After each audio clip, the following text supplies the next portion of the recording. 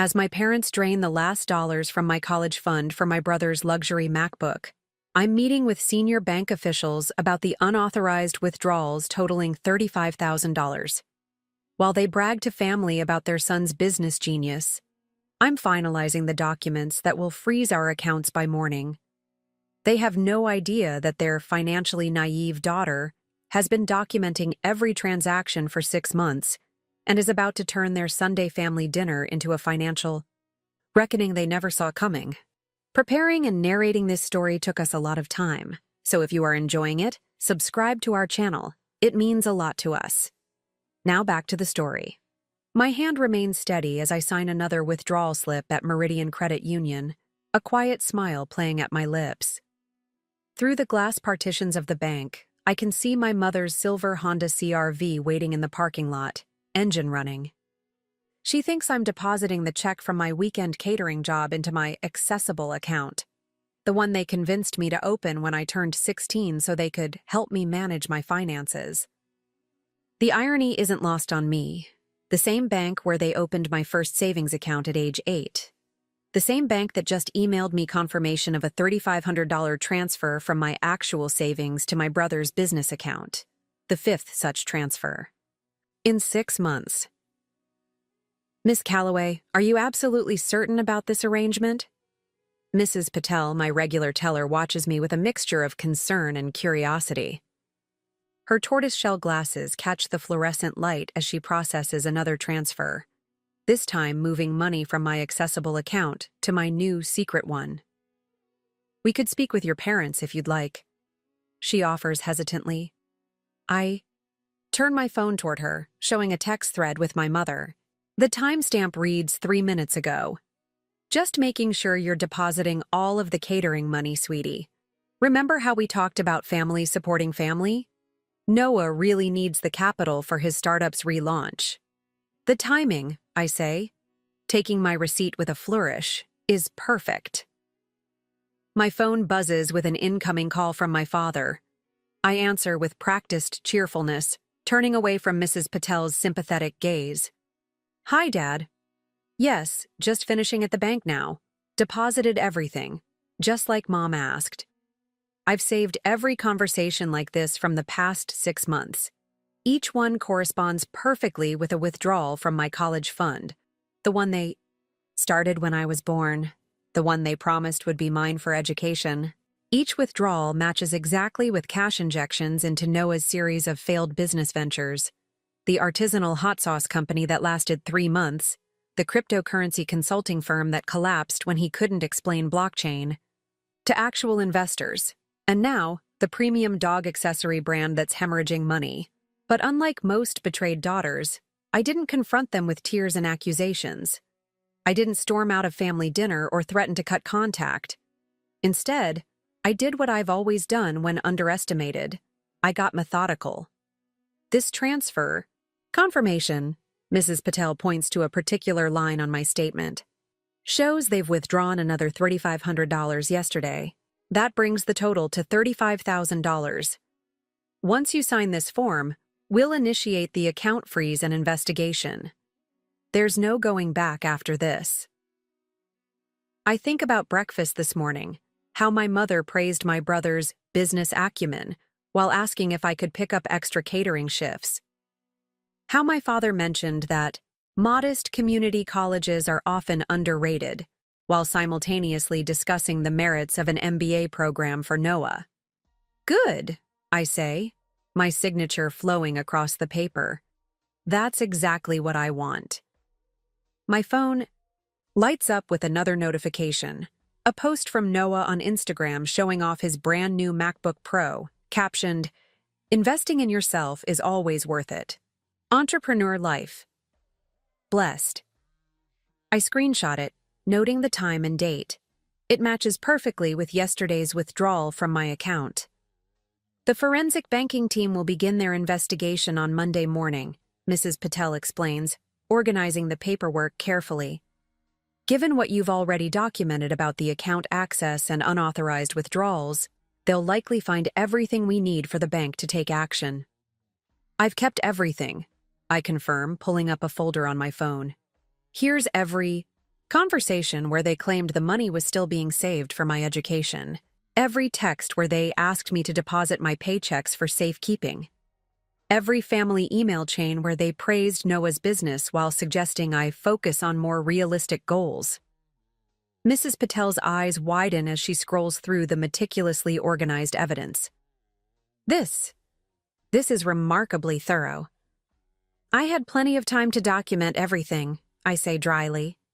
You know, between my 2 jobs, full-time classes, and listening to my parents explain how Noah's dog bandana business is going to revolutionize the pet accessory space.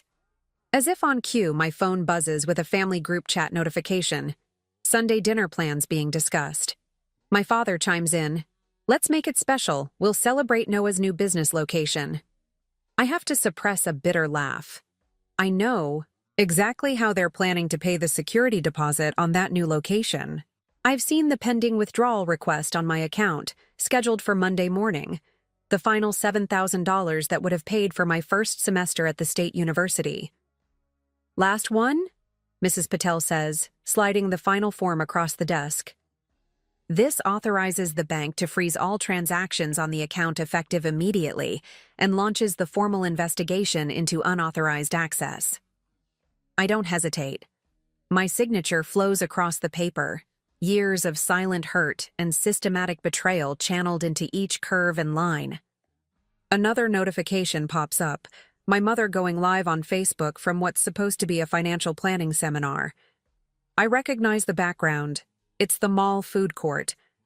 I can see shopping bags from premium stores piled beside her as she talks about making sacrifices for her children's futures. "Let them enjoy their weekend," I say, standing up and smoothing my department store dress, the one my mother said was good enough for my scholarship interview while spending $400 on Noah's investment wardrobe the same day. By Monday morning, they'll have a very different financial situation to discuss. Mrs. Patel gathers the papers, her expression both impressed and slightly concerned. "You know, in 15 years of handling unauthorized access cases, I've never seen anyone quite as prepared," I suggest, picking up my worn backpack. "Or maybe just tired of being treated like an ATM with no PIN code," she replies. As I walk toward the exit, my phone buzzes one last time. My mother sending her usual passive-aggressive check-in. "Taking forever at the bank, sweetie. Noah needs us to look at potential business locations this afternoon. Don't be selfish with family time." I smile, typing back, "Be right out. Monday's going to be interesting." She'll think it's just another compliant message from her financially oblivious daughter. But then again, they always did mistake my quiet observation for acceptance. That's about to become their most expensive parenting mistake. 2 years ago, when my grandfather had a heart scare, I was the one who drove him to his lawyer's appointments, while my parents took Noah to a business conference. My grandfather never forgot that. What my parents don't know is that he quietly made me the executor of his modest estate, including the original deposits into my college fund. They never bothered to read the updated account documents. The ones that specified unauthorized withdrawals would constitute financial fraud. Monday morning can't come soon enough. The morning after signing those initial papers at the bank, I wake up to the smell of French toast and maple syrup wafting up the stairs. My parents always make my brother's favorite breakfast on weekends, especially when they're about to ask me for something. The sugary aroma is practically a warning signal at this point. I dress with meticulous care, thrifted jeans and a plain sweater from the clearance rack at Target. The mirror reflects exactly what my parents expect to see. Their dutiful daughter who isn't as concerned with appearances as her entrepreneurial brother. If they only knew I spent 3 summers interning at my grandfather's accounting firm before they pulled me out because Noah needed family support at his hot sauce company launch.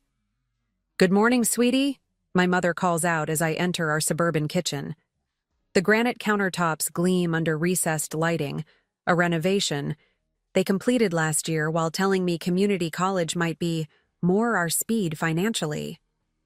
She's arranging French toast on a platter, the expensive maple syrup imported from Vermont placed prominently beside it. I made your brother's favorite. He has a big meeting with potential investors today. Smells great, I say, sliding onto. Before we jump back in, tell us where you're tuning in from, and if this story touches you, make sure you're subscribed. Because tomorrow, I've saved something extra special for you, a bar stool at our kitchen island. I notice the pile of financial documents hastily shoved under a decorative fruit bowl. The corner of my bank statement peeks out. The one they don't know gets sent to my digital account as well as their physical mail. My father enters, Wall Street Journal tucked under his arm, the picture of middle-class financial success. 20. Years in middle management at an insurance company has given him just enough financial knowledge to be dangerous, especially with my money. There she is, he announces with forced cheer. Our responsible one. Any big weekend plans besides? Work, work, work? The same patronizing tone he uses whenever comparing my catering job and community college classes to Noah's entrepreneurial vision. The same tone he used when explaining why they needed to reallocate my college fund as a family investment strategy. Just studying and a catering gig tonight, I reply, accepting a much smaller portion of French toast than what's being prepared for Noah. My phone buzzes in my pocket, a confirmation email from Mrs. Patel about Monday's meeting with the regional bank manager, Mr. Kennedy. My father pours himself coffee from the expensive machine they bought Noah for Christmas. You know, I was thinking we should have a family financial discussion soon. Your brother's business is at a critical growth stage. Here it comes, the setup for the next withdrawal. Those university applications you were considering, my mother begins, not making eye contact as she arranges berries in an artful pattern around Noah's mountain of French toast. Well, sometimes timing isn't right for certain investments. Education is important, of course, but there are many paths. Translation. They've already promised Noah the remaining $7,000 in my account. You're so good with budgeting, my father adds, reaching over to pat my hand condescendingly. Not everyone has that gift. Your brother, well, he sees the bigger picture, the vision, but he needs support with the day-to-day financial management. I nod placidly, the same expression I've perfected over years of watching them funnel my money into Noah's schemes. Meanwhile, I'm mentally calculating how the bank's fraud investigation will proceed. Mrs. Patel had been clear. With the evidence I've gathered, the case was unambiguous. Unauthorized withdrawals, fraudulent signatures, misrepresented transactions. My phone buzzes again. A text from my best friend Kaylee. All set for Monday? Need anything else for Operation Wake Up Call? I angle the phone away from my parents. View, typing back. Just finalized everything with the bank. Parents planning to empty the account Monday. Perfect timing. Is that work? My mother asks, eyes narrowing slightly. You know how we feel about phone use during family time. Unless it's Noah, of course, who's perpetually excused from family rules because he's networking or building his brand. Speaking of my golden child brother, the stairs creak with his heavy footsteps as he descends, still in designer pajamas, at nearly 10 a.m. The entrepreneur emerges, my father announces proudly, as though sleeping until mid-morning while living rent-free at home at age 25 is some kind of achievement. Noah yawns dramatically, making a show of his exhaustion. Been up since 5, actually, Dad. Just coming down for a break. Working on the pitch deck for Monday's investor meeting. My mother practically trips over herself rushing to serve him, the tower of French toast. You work too hard, sweetheart. I don't know how you do it all. I suppress an eye roll, remembering the actual bank records showing how he does it all, with my money. The laptop he was working on was purchased with $3,200 from my account. The office space he rents is paid for with my education fund. The business trips to New York and Miami, my past and future semesters vanishing into his Instagram-worthy entrepreneurial fantasy. Big week coming up, Noah announces through a mouthful of French toast. Potential investors touring the new office space Monday. Might need to spruce it up a bit this weekend. My parents exchange that look I know too well, the "we need more money for Noah" look that has preceded every raid on my savings. Actually, my father says, setting down his coffee cup with exaggerated casualness, we should discuss that, son. There might be some family resources we can reallocate. Family resources, the latest euphemism for my college fund. My mother jumps in, right on cue. Your sister understands the importance of family support, don't you, sweetie? We're all investing in Noah's future, which is really an investment in the whole family. I nod agreeably while pulling up the bank's fraud department contact on my phone under the counter.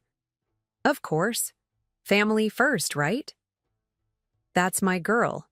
My father beams, clearly relieved I'm not going to cause a scene. We raised her right, didn't we? No sense of entitlement in this one. Noah barely looks up from his phone, probably ordering more unnecessary business supplies that will show up in designer shopping bags. Thanks, sis. When this hits big, I'll totally help with your community college tuition. The condescension is thick enough to spread on toast.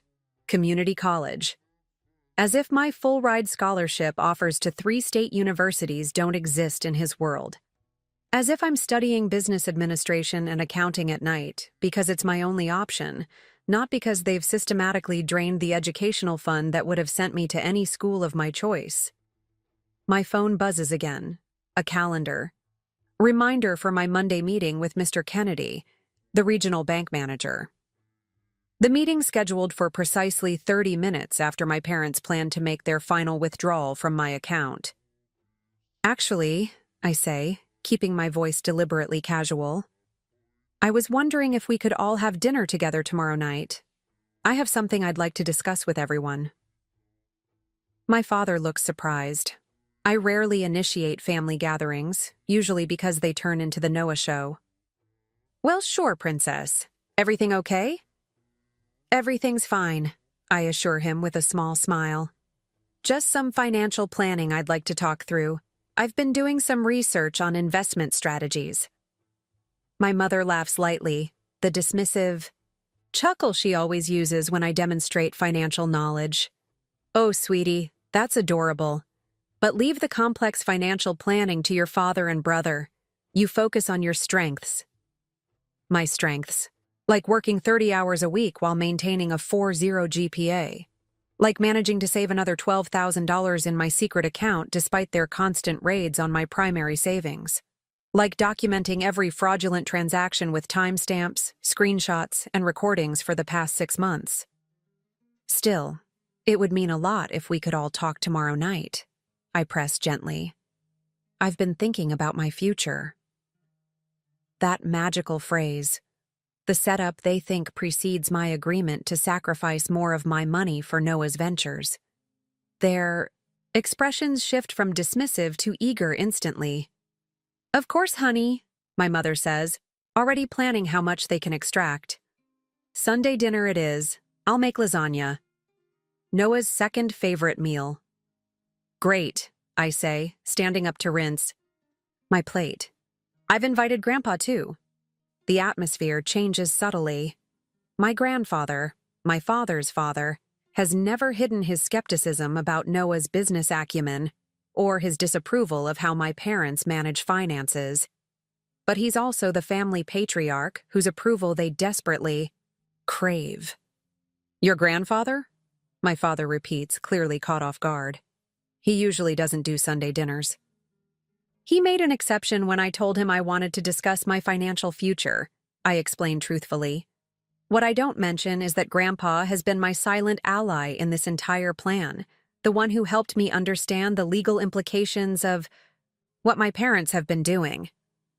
Noah looks up from his phone, suddenly interested. Grandpa's coming? Cool. Maybe I can pitch him on investing too. My mother shoots him a warning look. The last time Noah tried to get money from Grandpa, the old man had asked to see business plans, revenue projections, and expense reports, none of which Noah could produce. It had not gone well. This is about your sister's future, my mother says firmly, though I can see the calculation behind her eyes. They'll try to steer the conversation toward Noah's business, as always. I should get to work, I say, gathering my worn backpack. The library study group meets at 11. Then I have a double shift at the catering company. My father nods, approvingly. That's our girl. Such a hard worker, not afraid to start at the bottom.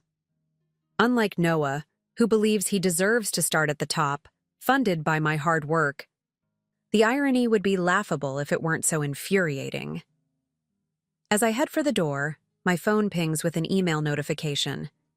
The bank confirming receipt of all my documentation and the appointment with Mr. Kennedy. Everything is set for Monday. Morning's financial reckoning. Don't forget we need you home by 9 tonight, my mother calls after me. We're having a strategy session for Noah's investor meeting. Strategy session. Their code for, we need to convince you to sign over more money. Wouldn't miss it, I call back, stepping out into the morning sunshine. Little do they know, I have a strategy session of my own planned. One that will end their unauthorized access to my finances forever. I pause on our front walkway, looking back at our upper-middle-class home with its carefully maintained facade, so much like my parents' carefully maintained illusion of financial propriety. By Monday afternoon, both facades will be permanently altered. My phone rings as I reach the sidewalk. It's Grandpa. Everything set for Operation Wake Up Call? He asks without preamble. Just as planned, I confirm, walking toward the bus. Stop. Bank meeting Monday morning. Family dinner tomorrow night. They're planning to empty the final $7,000 first thing Monday. And you've documented everything? The transactions, the conversations, their signatures on withdrawal slips? 6 months' worth, I assure him. Mrs. Patel says it's the most comprehensive evidence she's seen in 15 years of handling these cases. He chuckles, a sound like dry leaves rustling. They always did underestimate you. Too busy inflating your brother's ego to notice your brains. Their mistake, I say, watching the bus approach. And a costly one at that, Grandpa agrees. See you tomorrow night, kiddo. I wouldn't miss this show for the world. As I board the bus heading toward campus, I review my meticulous plan one more time. Every detail accounted for, every contingency considered. Years of being overlooked, months of gathering evidence, and now just hours away from finally being seen. Sunday dinner is going to be a financial revelation my family never expected. But first, I have studying to do and tables to wait, because unlike some people in my family, I actually earn my money before spending it. The library is quiet. On Saturday morning, just a handful of dedicated students scattered among the wooden tables and study carrels. I claim my usual spot by the tall windows overlooking the campus quad, spreading out my accounting textbooks and color-coded notes. For 3 hours, I lose myself in depreciation schedules and tax codes, the world of numbers and regulations that has always made perfect sense to me. Unlike family dynamics, financial principles follow consistent rules. Money doesn't play favorites. At 2 p.m., my phone vibrates with a text from Kaylee. Meeting you at Java Junction in 15. Brought the paperwork from Kevin. Kevin, Kaylee's boyfriend, works at a law firm that specializes in financial malfeasance. He's been an invaluable resource, reviewing my evidence and confirming what Grandpa and I suspected. My parents' actions constitute financial fraud, plain and simple. I pack up my study materials, nodding goodbye to the librarian who knows me by name after countless weekends spent here instead of participating in strategic planning sessions for Noah's businesses. Outside, autumn leaves swirl across the concrete paths between campus buildings. The coffee shop sits just off campus, a cozy refuge of mismatched furniture and strong espresso. Kaylee waves from our usual corner booth, 2 steaming mugs already on the table. Her bright blue hair and multiple earrings make her stand out in our conservative suburban community. One of many reasons we bonded freshman year of high school. While I've been fighting my battle with quiet calculation, Kaylee's approach to life's unfairness has always been more direct. "You ready for Operation Family Smackdown?" she asks as I slide into the booth. "Just about," I say, reaching for the manila envelope she pushes across the table. "Is this Kevin's legal assessment?" "Yep." His exact words were, "textbook case of financial fraud with compelling documentary evidence." She sips her coffee, eyes sparkling with anticipation. "He says you've built a better case than most prosecutors he knows." I open the envelope, scanning Kevin's detailed notes. His assessment confirms what I've been building toward. Not only can the bank freeze the accounts and launch an investigation, but my parents could potentially face criminal charges. "I don't want them arrested," I clarify, looking up from the papers. "I just want my money back and for them to stop treating me like Noah's personal ATM." Kaylee nods, understanding as always. Kevin included options for different outcomes, everything from full prosecution to mediated settlement. I tuck the documents into my backpack, next to the expandable file containing 6 months of meticulously organized evidence. Bank statements, withdrawal slips with forged signatures, recorded conversations about temporary loans from my account, and screenshots of Noah's extravagant purchases timed perfectly with money disappearing from my savings. "How's the secret account looking?" Kaylee asks, lowering her voice despite the ambient coffee shop noise. $12,438.27, I reply precisely. All earned from catering, tutoring, and the online bookkeeping work. All completely separate from the account they've been draining. And they have no idea it exists? I shake my head. They think every penny I earn goes into the family account. They don't even know I've been working the online bookkeeping job for the past year. My phone buzzes with a text from my mother. "Need you to stop at the store for dinner ingredients. Also, your brother needs help organizing receipts for his investor meeting. Be home by 5. I show Kaylee the message, and she rolls her eyes dramatically. Translation: "Be our errand girl and do your brother's basic adult responsibilities for him." "Pretty much," I agree, typing back a simple "okay" that my mother will interpret as compliance rather than acknowledgement. "You never did tell me how your parents justified taking your college money in the first place," Kaylee says, finishing her coffee. "I mean, what was their excuse?" I've never shared the full story with anyone except Grandpa, but with everything coming to a head, it feels right to finally explain. "It started small, 2 years ago," I begin, staring into my coffee cup. "Right after I got the scholarship offer from State University. Noah's hot sauce company was on the verge of a major distribution deal, but he needed $2,000 for product development. I remember that family meeting clearly, my parents sitting me down, explaining that my college fund wouldn't be necessary now that I had a scholarship. Wouldn't it make sense to help Noah achieve his dreams? They called it reallocating family resources toward the highest potential return," I continue. "My dad actually used a whiteboard to show how Noah's business would grow exponentially, eventually paying for graduate school at an Ivy League university if I wanted it." Kaylee snorts.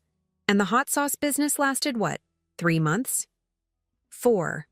But by then, they'd already moved another $5,000 for his cryptocurrency consulting startup. Each time there was a family meeting, a presentation about how they were actually helping secure my future, and the implication that I should be grateful for the opportunity to support Noah's brilliance. And they needed your permission because technically, the account was in my name with them as custodians until I turned 21. But they found ways around that. Dad would bring paperwork for me to sign, college applications, scholarship forms, insurance documents, and slip in withdrawal authorizations. Mom would distract me with questions about classes while Dad processed the transfers online. Kaylee's expression darkens. "That's not just unfair. That's straight-up fraud." "I know," I say quietly. "I realized what was happening about 6 months ago, when I overheard them talking about needing another installment from my account for Noah's new business. I started paying attention, documenting everything. When I saw Noah's new MacBook Pro, right after they told me we couldn't afford the $800 for my statistics class, something just snapped inside. So you went to the bank? I nod. First to Mrs. Patel, who confirmed my suspicions and helped me set up the secret account. Then to Grandpa, who connected me with his friend at the regional bank office. My phone buzzes again, a series of increasingly demanding texts from my mother about grocery items and Noah's receipt organization system. I silence the notifications. And tomorrow night is the big reveal, Kaylee says, a hint of admiration in her voice. Family dinner with Grandpa as witness. Just phase 1, I correct her. Tomorrow I let them know that I'm aware of what they've been doing. Monday morning is when the real consequences begin, when they try to withdraw the final $7,000 and find the account frozen pending fraud investigation. Kaylee reaches across the table, squeezing my hand. You've built an airtight case. You know that, right? Mrs. Patel, Grandpa, Kevin, they're all saying the same thing. Your parents can't talk their way out of this one. They'll try, I say, gathering my things as I check the time. They're experts at reframing reality to justify whatever benefits Noah. That's why documentation has been so critical. No gaslighting, no emotional manipulation, just the cold, hard numbers.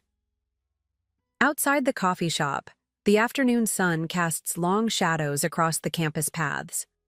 I have just enough time to catch the bus to my catering job, a wedding reception at the country club where my mother ironically wanted to host a launch party for Noah's dog bandana business last month until I pointed out the $12,000 rental fee. Text me after the dinner tomorrow? Kaylee asks as we part ways at the bus stop. Absolutely, though the real fireworks won't start until Monday morning. I still can't believe they thought they'd get away with it. Kaylee shakes her head, taking money from their own daughter to fund their son's vanity projects. They thought I wouldn't notice, I say, spotting my bus approaching. Or, if I did notice, that I wouldn't understand. And if I understood, that I wouldn't have the courage to confront them. Their mistake, Kaylee calls as I board the bus. And a $35,000 one at that, I reply through the closing doors. The bus rumbles toward downtown, and I use the ride to review my timeline once more. Sunday dinner, the revelation. Monday morning, the formal investigation. Monday afternoon, the reckoning. I think about the stunned expression that will cross my father's face when he realizes I've known all along, the excuses my mother will try to make, the indignation Noah will express at having his financial lifeline questioned. For years, I've been the quiet one, the responsible one, the one they could count on not to make waves, the perfect mark for their systematic financial exploitation. They never considered that those same qualities, attention to detail, patience, responsibility, would become the tools of their undoing. My phone buzzes with a notification from the bank app, an alert that someone has logged into my account. I open it immediately, watching in real time as my father reviews the balance, no doubt planning how to allocate the remaining $7,000 toward Noah's investor meeting preparations. Little does he know that money will never reach Noah's hands. By this time Monday, my parents will be sitting across from Mr. Kennedy, the bank's regional manager, explaining why they've been making unauthorized withdrawals from their daughter's education fund. The bus reaches my stop, and I disembark near the gleaming country club where wealthy families host their celebrations. I straighten my catering uniform as I approach the service entrance, mentally shifting gears from avenging daughter to professional server. For 8 hours, I'll carry trays and pour champagne, earning an honest dollar unlike certain members of my family. And with each tip added to my hidden account, I'll be one step closer to true financial independence, the kind that no one, not even well-meaning parents with a golden child fixation, can compromise. Tomorrow's family dinner will be the appetizer. Monday's bank meeting will be the main course. And financial justice long overdue will be the sweetest dessert of all. By the time I return home from the catering job, it's nearly midnight. The house is quiet except for the glow of my father's office light spilling into the hallway. I pause outside the partially open door, hearing the tap of keyboard keys and the occasional mouse click. Curiosity pulls me closer. I peer through, the crack to see my father hunched over his computer, several browser tabs open, my bank account statement, a luxury office furniture website, and what appears to be flight information. The family financial wizard, hard at work allocating my education fund toward Noah's business fantasies. I clear my throat softly. Working late? He startles, quickly minimizing the bank website. Just some research for Noah's investor meeting Monday. He swivels in his chair, adjusting his reading glasses. How was the catering gig? Profitable, I answer truthfully. The couple tipped well. His expression brightens. That's my girl. Every little bit helps, right? He gestures vaguely toward his computer screen. Family investments require everyone's contribution. Family investments. The euphemism tastes bitter now. Speaking of contributions, I venture carefully, I noticed there was another withdrawal from my account yesterday. For the MacBook? A flicker of something, guilt, annoyance, crosses his face before settling back into practiced explanation mode. Just a temporary reallocation, honey. Noah needs proper equipment to present professionally. First impressions are everything in business. Right. I nod as if this makes perfect sense. And the previous withdrawals for the office space rental, the marketing materials, the business trips to New York and Miami, all temporary reallocations? He removes his glasses, pinching the bridge of his nose. It's complicated, sweetheart. Business requires investment capital. Your brother has tremendous potential. I understand. I interrupt gently. I'm studying business administration. Remember? Community college courses. He dismisses with a wave. Noah's operating in the real world, making connections with actual entrepreneurs. The condescension would sting if I hadn't been expecting it. Instead, I simply nod again. Well, I just wanted to check about tomorrow's dinner. Grandpa confirmed. He's coming. My father's posture stiffens slightly.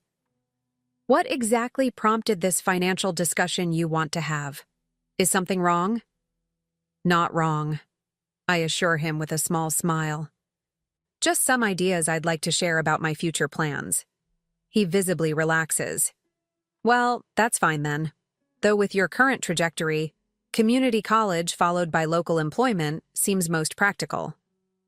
We'll discuss all the options tomorrow, I say, turning to leave. Good night, Dad.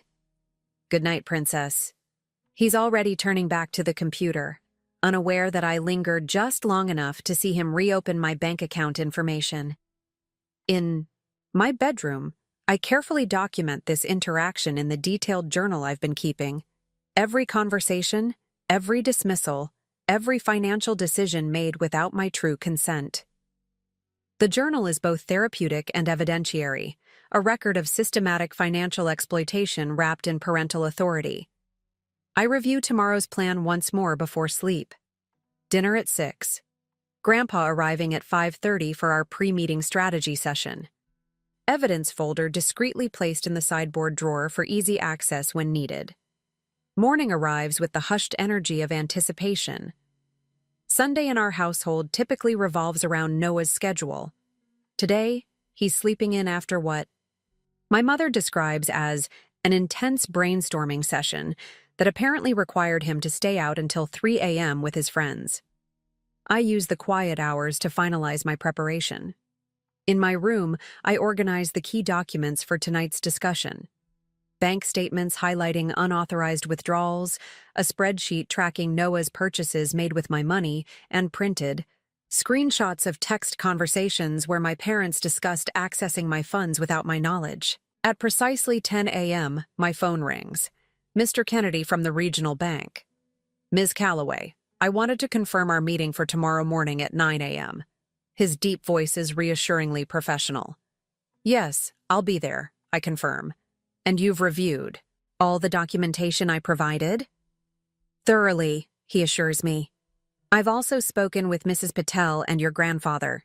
The evidence of unauthorized access is substantial.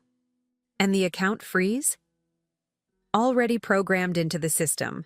The moment anyone attempts to access those funds tomorrow morning, the freeze will activate and notification will be sent to my office. Thank you, Mr. Kennedy. Ms. Calloway? He adds before hanging up. If I may say so, the meticulous nature of your documentation is impressive. You have a future in financial forensics if you're interested. The validation from a banking professional sends a small thrill through me. This is what my parents have never understood. My methodical nature isn't a limitation. It's a strength. One they're about to encounter head-on. Downstairs, Sunday brunch preparation is underway. My mother hums as she chops vegetables for omelets, pausing to glance my way. There you are. Perfect timing. Could you run to the store? We're out of Noah's favorite cheese for the omelets, and he'll be up soon. Of course. Heaven forbid Noah eat a breakfast without his specific imported cheese. Sure, I agree easily. Need anything else? She hands me a list. 11 items, all Noah's preferences for either breakfast or tonight's dinner. And pick up some sparkling cider for tonight. Your grandfather doesn't drink wine, and we should make this special. The unspoken message is clear. Make things nice for Grandpa so he'll be receptive to whatever financial scheme they plan to propose. Little do they know, Grandpa has been my strategic partner in this entire plan. At the grocery store, I take my time, enjoying what might be my last errand as the family's compliant daughter. By tomorrow afternoon, everything will be different. Either my parents will acknowledge their wrongdoing and begin making amends, or our relationship will fundamentally change as legal and financial consequences unfold. My phone buzzes with a text from Noah. Hey sis, can you grab my dry cleaning while you're out? Need my good suit for tomorrow's investor meeting. Put it on your card and I'll totally pay you back when this deal comes through. Another financial request. Another promise of future repayment that will never materialize. I screenshot it, adding it to my evidence folder under Continued Financial Exploitation, Post-Investigation Initiation. Sorry, don't have my card with me, I text back. A small lie, but a necessary boundary. His response is immediate and predictable. Mom says you should always carry emergency money. This is an emergency. 3 exclamation points. The trademark of entitled urgency. Ask Mom or Dad to get it, I suggest reasonably. They're busy preparing for tonight. Just help out for once. 4 exclamation points now, his indignation growing. I silence my phone, continuing through my shopping list with methodical efficiency. By the time I return home, Noah is at the kitchen island, dramatically describing his networking breakthrough from last night to our mother, who listens with rapt attention. And then the regional sales director for luxury pet accessories said he'd never seen such a comprehensive approach to the pet bandana space. Noah gestures expansively, nearly knocking over his coffee mug. We're talking potential 6-figure distribution deal. I just need to nail Monday's presentation. My mother notices me entering with grocery bags. Did you get Noah's dry cleaning? I didn't have my card, I explain, unpacking groceries. You could have called us, my father interjects from behind his newspaper at the dining table. This meeting is critically important. Speaking of important meetings, I redirect smoothly. What time should I tell Grandpa to arrive for dinner? My mother checks the lasagna preparations. 6 should be fine, though I'm still not entirely clear on why he's coming or what this financial discussion is about. The perfect opening. I've been thinking about my educational path, I begin, carefully. About the original plans for my college fund and how they've changed over the past 2 years. A loaded silence fills the kitchen. My parents exchange quick glances, the silent communication of conspirators realizing their scheme might be questioned. Changes are normal in any financial plan, my father says dismissively. Family resources shift based on evolving opportunities. Exactly, I agree pleasantly. And I'd like to discuss those shifts with everyone present. Transparency is important in financial planning, isn't it? Another silent exchange between my parents. My mother laughs nervously. Sweetie, there's no need to bother your grandfather with basic household budgeting. Oh, but Grandpa's quite interested, I counter, arranging groceries in the refrigerator with deliberate care. Especially in educational funding. He was asking about my college savings just last week. My father folds his newspaper with a sharp snap. Your grandfather tends to have outdated ideas about financial management. The modern economy requires agility, investment in entrepreneurial ventures. Like Noah's businesses, I finish for him. That's exactly what I want to discuss. The family's investment strategy regarding Noah's ventures versus my education. Noah finally glances up from his phone, sensing the tension. What's the big deal? When my business takes off, there'll be plenty of money for everyone. That's right, my mother jumps in too quickly. This isn't about taking from one child to give to another. It's about maximizing family potential. Then you won't mind discussing it openly, I say with finality. At dinner, with Grandpa, 6 o'clock. I exit the kitchen before they can. Object further, feeling their stunned silence behind me. For perhaps the first time in our family dynamic, I've set the agenda rather than following theirs. Upstairs in my room, I send a quick update to Grandpa. Stage 1 complete. They're nervous but don't suspect the full extent. Dinner at 6. His reply comes moments later. Proud of you, kiddo. The reckoning is long overdue. I move to my window, gazing out at the suburban street below. Somewhere in this neighborhood, other families are having normal Sunday afternoons, watching sports, doing homework, preparing meals together, not orchestrating financial interventions to stop. Parental fraud. Tomorrow, my parents will attempt to withdraw the final $7,000 from my account. Tomorrow, the bank will freeze everything pending investigation. Tomorrow, years of financial manipulation will face professional scrutiny rather than familial acceptance. But first, tonight's dinner. The appetizer before tomorrow's main course of consequences. I check my watch. 6 hours until Grandpa arrives. 7 hours until dinner begins. 18 hours until my parents attempt to access my account for the last time. The countdown to financial justice continues its steady, unstoppable tick. The E. Hours before dinner unfold in a choreographed dance of domestic tension. My mother attacks lasagna preparation with aggressive efficiency, periodically sending me pointed looks that oscillate between suspicion and concern. My father makes 3 separate business calls in his office, voice deliberately lowered, likely conferring with his financial advisor friends about how to handle my sudden interest in my own money. Noah alternates between styling his hair for an unnecessary amount of time and lounging on the couch, scrolling through social media while loudly announcing potential business collaborations with influencers. At precisely 5:25 p.m., I slip out the front door under the pretense of checking the mailbox. Instead, I wait at the curb for Grandpa's immaculately maintained vintage Cadillac. Right on schedule, it purrs around the corner at 5:28, its metallic blue finish gleaming in the early evening sun. Grandpa Harold Calloway has never been one for lateness or disorder. At 78, he maintains the crisp efficiency of his 40 years as an accountant. From his precisely knotted tie to his leather briefcase that contains, I know for certain, a meticulously organized file about my financial situation. Ready for battle, General? He asks as I open his car door, his blue eyes twinkling with the same strategic sharpness I'd like to think I inherited. Command center secured, I confirm with our prearranged code, meaning I've placed all necessary documentation within easy reach in the dining room. Opposition is nervous but unsuspecting. He chuckles, retrieving his briefcase before offering me his arm for the walk to the front door.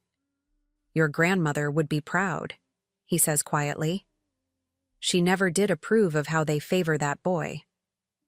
The mention of Grandma, gone 3 years now, strengthens my resolve. She was the one who first suggested setting aside money for my education, back when I was still in elementary school, bringing home perfect math scores while Noah was being celebrated for simply completing his homework. I ring the doorbell rather than using my key, a small power move that forces my parents to receive us formally rather than having me simply usher Grandpa in like a delivery. My father opens the door, surprise registering briefly at seeing us, standing together like colleagues rather than just grandfather and granddaughter. "Dad, you're early," he says, shooting me a quick look of annoyance. "Precisely on time, Richard," Grandpa corrects, checking his vintage watch. 5:30, as arranged with my granddaughter. The emphasis on my granddaughter doesn't go unnoticed. My father's smile tightens as he steps aside to let us enter. "Mom's just finishing up in the kitchen," he explains, leading us to the living room where Noah sprawls across the main sofa, still scrolling on his phone. "Harold!" My mother calls too brightly from the kitchen doorway, wiping her hands on her apron. "What a lovely surprise to have you join us on a Sunday." "Hardly a surprise when I was explicitly invited," Grandpa replies placidly, settling into his favorite armchair, the one that, I notice with satisfaction, Noah has been forced to vacate. Noah barely looks up, offering a distracted, "Hey, Gramps," before returning to his phone, likely documenting his entrepreneurial lifestyle for social media followers who have no idea his business ventures exist primarily in his imagination. And my depleted bank account. "Drink, Dad?" my father offers, already moving to the liquor cabinet. "Sparkling water," Grandpa replies. "I prefer full clarity of mind when discussing financial matters." Another subtle power move. My parents exchange quick glances. "Speaking of finances," my mother interjects with forced casualness, "Noah was just telling us about a promising investor meeting tomorrow. Perhaps he could share some details over dinner." "Actually," I speak up, "tonight's discussion is specifically about my educational funding, as I mentioned earlier." The room temperature seems to drop several degrees. My father pauses mid-pour of his own scotch. "Of course, honey." He recovers smoothly. "Though family finances are interconnected, as you know, Noah's business prospects directly impact all our futures." "Interesting perspective," Grandpa muses, accepting the sparkling water I bring him. "I'm curious to hear more about these interconnections." The next 20 minutes pass in a surreal blend of small talk and strategic positioning. My mother makes multiple unnecessary trips between kitchen and dining room, rearranging place settings and adding flourishes to the table as if a perfectly presented meal might somehow offset the impending financial discussion. My father attempts to steer conversation toward safe topics: neighborhood gossip, an upcoming golf tournament, the weather forecast, while Noah periodically interjects with pronouncements about disrupting the pet accessory space that nobody requested. At 6:15, we finally sit down to dinner. I've orchestrated the seating strategically. Grandpa at one end of the table, myself beside him, my parents across from us, and Noah at the far end where his inevitable interruptions will be less disruptive. My mother serves the lasagna with shaking hands, ladling extra portions onto Noah's plate while shooting nervous glances at Grandpa. My father pours wine for the adults except Grandpa, who raises his sparkling water in a mock toast. "To family. Transparency," he says pointedly. My father nearly chokes on his first sip of wine. "So," my mother begins with bright desperation, "Noah, why don't you tell Grandpa about your investor meeting tomorrow?" "Mom," I interrupt gently but firmly, "we agreed tonight's discussion would focus on my educational finances." "We can certainly discuss both," my father attempts to compromise, clearly hoping to dilute the conversation I've planned. "Let's start with Rachel's education," Grandpa suggests, wiping his mouth with deliberate precision. "I've been curious about the college fund we established when she was born. The one you assured me would cover a 4-year university education. The silence that follows is deafening. My mother suddenly becomes intensely interested in her lasagna. My father clears his throat twice before responding. Economic realities evolve, Dad. We've had to adapt our financial strategy to accommodate changing circumstances. Which circumstances would those be? I ask innocently, reaching for the folder I'd stashed in the sideboard drawer earlier. My scholarships reducing the need for the fund? Or Noah's business ventures requiring capital? Noah looks up from his phone, which he's been scrolling through even at the dinner table, with sudden attentiveness. Hey, no need to get weird about it, sis. My businesses are investments for the whole family. Interesting choice of words, I say, opening the folder and extracting the first document. A complete history of withdrawals from my college fund, with dates, amounts, and corresponding expense alignment. I've prepared a summary of these family investments over the past 2 years. I slide the document to the center of the table. The color drains from my father's face as he recognizes the bank letterhead. Rachel, my mother begins with a nervous laugh, where did you get this? There's no need for such formality between family. Mrs. Patel at Meridian Credit Union provided it, I explain calmly. She was quite helpful when I inquired about the unusual pattern of withdrawals from my account. You went to the bank? Behind our backs? My father asks, indignation rising in his voice. Behind your backs? Grandpa echoes with raised eyebrows. Interesting characterization of a young woman inquiring about her own finances. It's not that simple, Dad, my father protests, pushing the document away without examining it. As her parents, we have certain authorities regarding... Regarding what, exactly? I interject, pulling out the second document. A copy of the account establishment terms, with key sections highlighted. This clearly states that the account was established for my educational expenses, with parental access solely for purpose-appropriate withdrawals until I reach age 21. My mother's hand trembles as she reaches for her wine glass. Sweetie, you're taking this too literally. Family finances require flexibility. Is that what you call this? I ask, presenting the third document, a spreadsheet correlating withdrawals from my account with Noah's purchases and business expenses. The $3,200 withdrawal for Noah's MacBook, the $5,500 for his office space rental, the $4,700 for his trip to the Miami Business Conference that coincidentally aligned with spring break? Noah shifts uncomfortably in his seat. That was a legitimate business expense. I made important connections. With social media influencers at beach parties, I finish for him, sliding across printed screenshots from his own Instagram account. All funded by my college savings. Now wait just a minute, my father interjects, anger replacing his initial shock. We are the parents here. Financial decisions. Fraudulent withdrawals, Grandpa corrects firmly. Misappropriation of designated funds. Unauthorized access to accounts with specific legal parameters. Harold, please, my mother pleads, tears forming.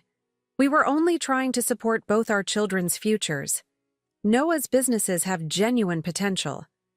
After 3 failures in 2 years? I challenge quietly. The hot sauce company, the cryptocurrency consulting, and now dog accessories? All funded with my education money while you told me to consider community college because we need to be realistic about finances? The silence that follows is broken only by Noah's indignant huffing and my father's increasingly agitated finger-tapping against his wine glass. What exactly are you suggesting? He finally demands. I slide the final document across the table, a formal letter from Mr. Kennedy at the regional bank, confirming my Monday morning appointment. I'm not suggesting anything, I say evenly. I'm informing you that tomorrow morning, representatives from Meridian Credit Union's Fraud Investigation Department would like to discuss the $35,000 withdrawn from my education fund over the past 2 years. They're particularly interested in these withdrawal slips with signatures that don't match my handwriting. My mother gasps. My father's face turns from red to ashen gray. Noah, finally grasping the gravity of the situation, explodes. This is ridiculous. You're seriously going to report our parents to the bank? Over helping me build a future? Not your future, I correct him. Your third consecutive business failure, funded by my sacrificed education. Grandpa places a steadying hand on my arm, then addresses my stunned parents. You have exactly one opportunity to handle this correctly, he says, his voice carrying the weight of moral authority that has always made my father shrink slightly. Tomorrow morning, you will accompany Rachel to the bank. You will acknowledge the unauthorized withdrawals. You will establish a repayment plan for the full $35,000. Or, he pauses for effect, the bank's fraud investigation will proceed with all attendant consequences. My father finds his voice, though it cracks slightly. You're bluffing. They wouldn't press charges against parents making decisions for their child. I shake my head. I'm not a child. I'm 20 years old, and according to account terms, these were unauthorized withdrawals for non-educational purposes. Mrs. Patel and Mr. Kennedy both confirmed this constitutes actionable fraud. And before you get any ideas, Grandpa adds, sliding another document forward, I've been appointed as Rachel's financial advocate.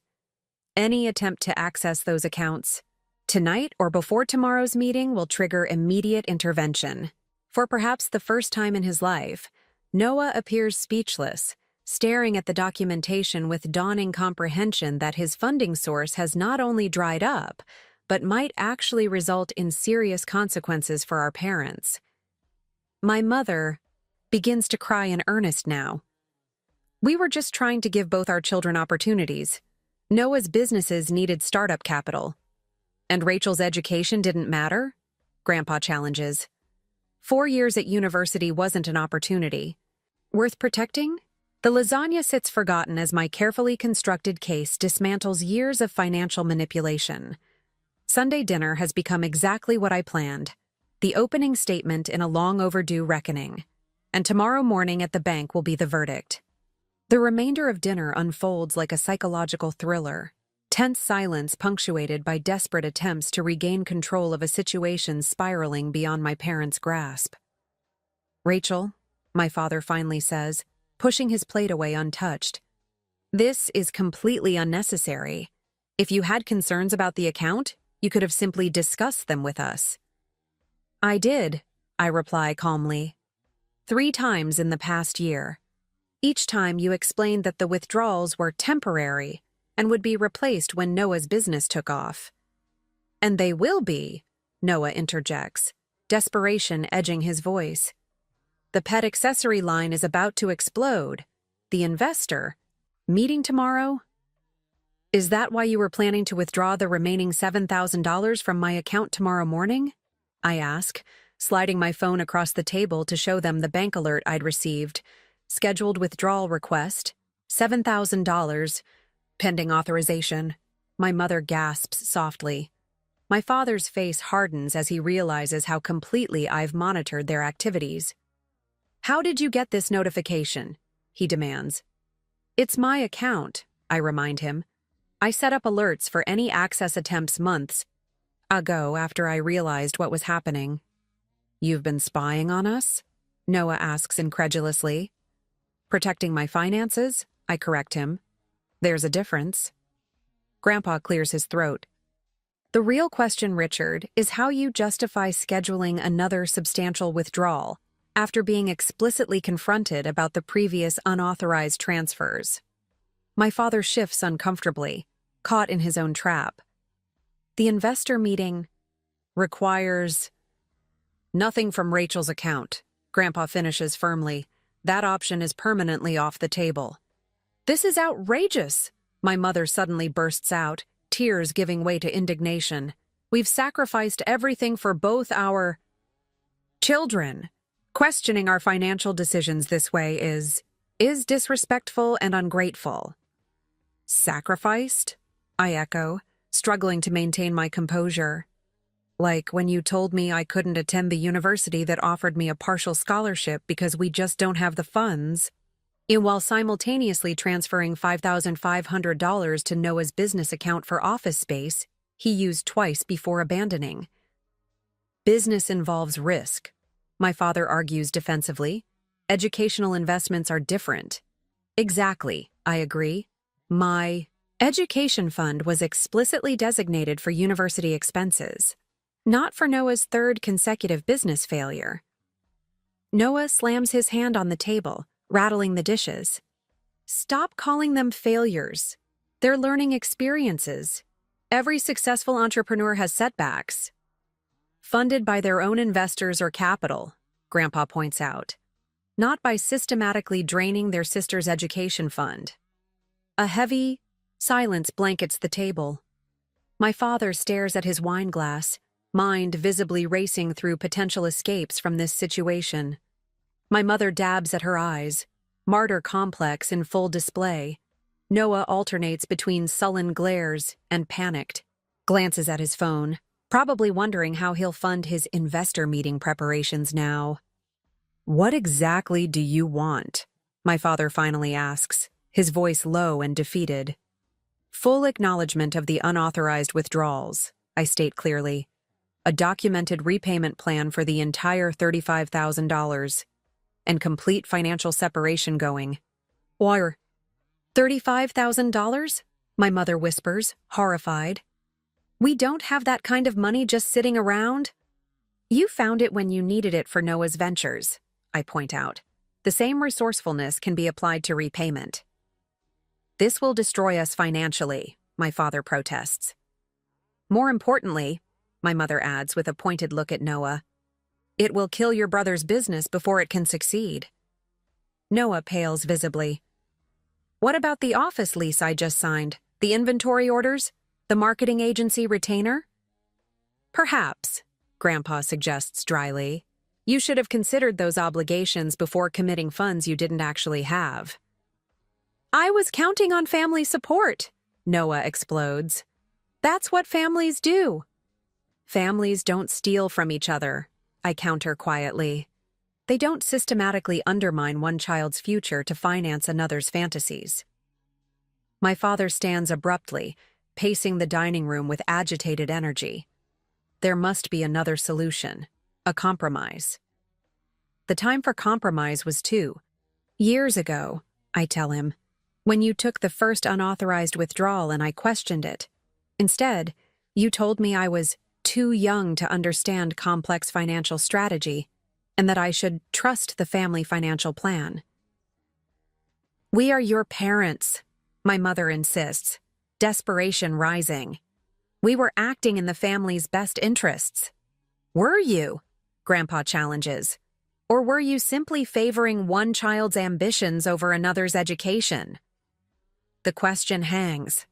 In the air, uncomfortable and undeniable. For the first time, I see a flicker of genuine shame cross my father's face. It wasn't like that, he mumbles unconvincingly. The bank statements suggest otherwise, I reply, as does the fact that you hid the withdrawals instead of discussing them openly. Noah pushes his chair back from the table with a screech against the hardwood floor. This is insane! You're acting like Mom and Dad committed some kind of crime. Financial fraud is indeed a crime, Grandpa states matter-of-factly. Unauthorized withdrawals from designated accounts constitute actionable fraud under state banking regulations. You wouldn't really press charges against your own parents, my mother says, horror creeping into her voice as she finally grasps the gravity of the situation.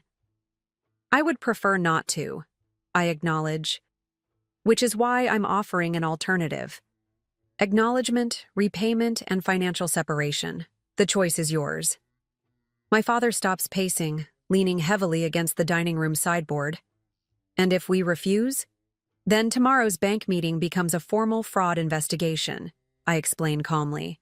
Mr. Kennedy has already reviewed the evidence and confirmed it meets the legal threshold for criminal charges. The silence that follows is deafening. Noah slumps in his chair, the reality of his precarious situation finally sinking in. My mother stares at her hands, tears dripping onto her untouched lasagna. My father seems to have aged 10 years in the past hour, his carefully constructed facade of financial wisdom crumbling before our eyes. I never thought. He begins, then stops, unable to complete the sentence. Never thought I'd notice, I suggest. Never thought I'd understand? Or never thought I'd stand up for myself? Any of it, he admits quietly. You've always been so compliant. The word stings, even though I know it's accurate. I've been the family peacekeeper, the responsible one, the path of least resistance. Until now. Compliance isn't the same as consent, I tell him. I've been documenting everything for 6 months, waiting for this moment. 6 months? My mother echoes weakly. All this time, you've been… what? Spying on us? Recording our conversations? Protecting what's rightfully mine, I correct her.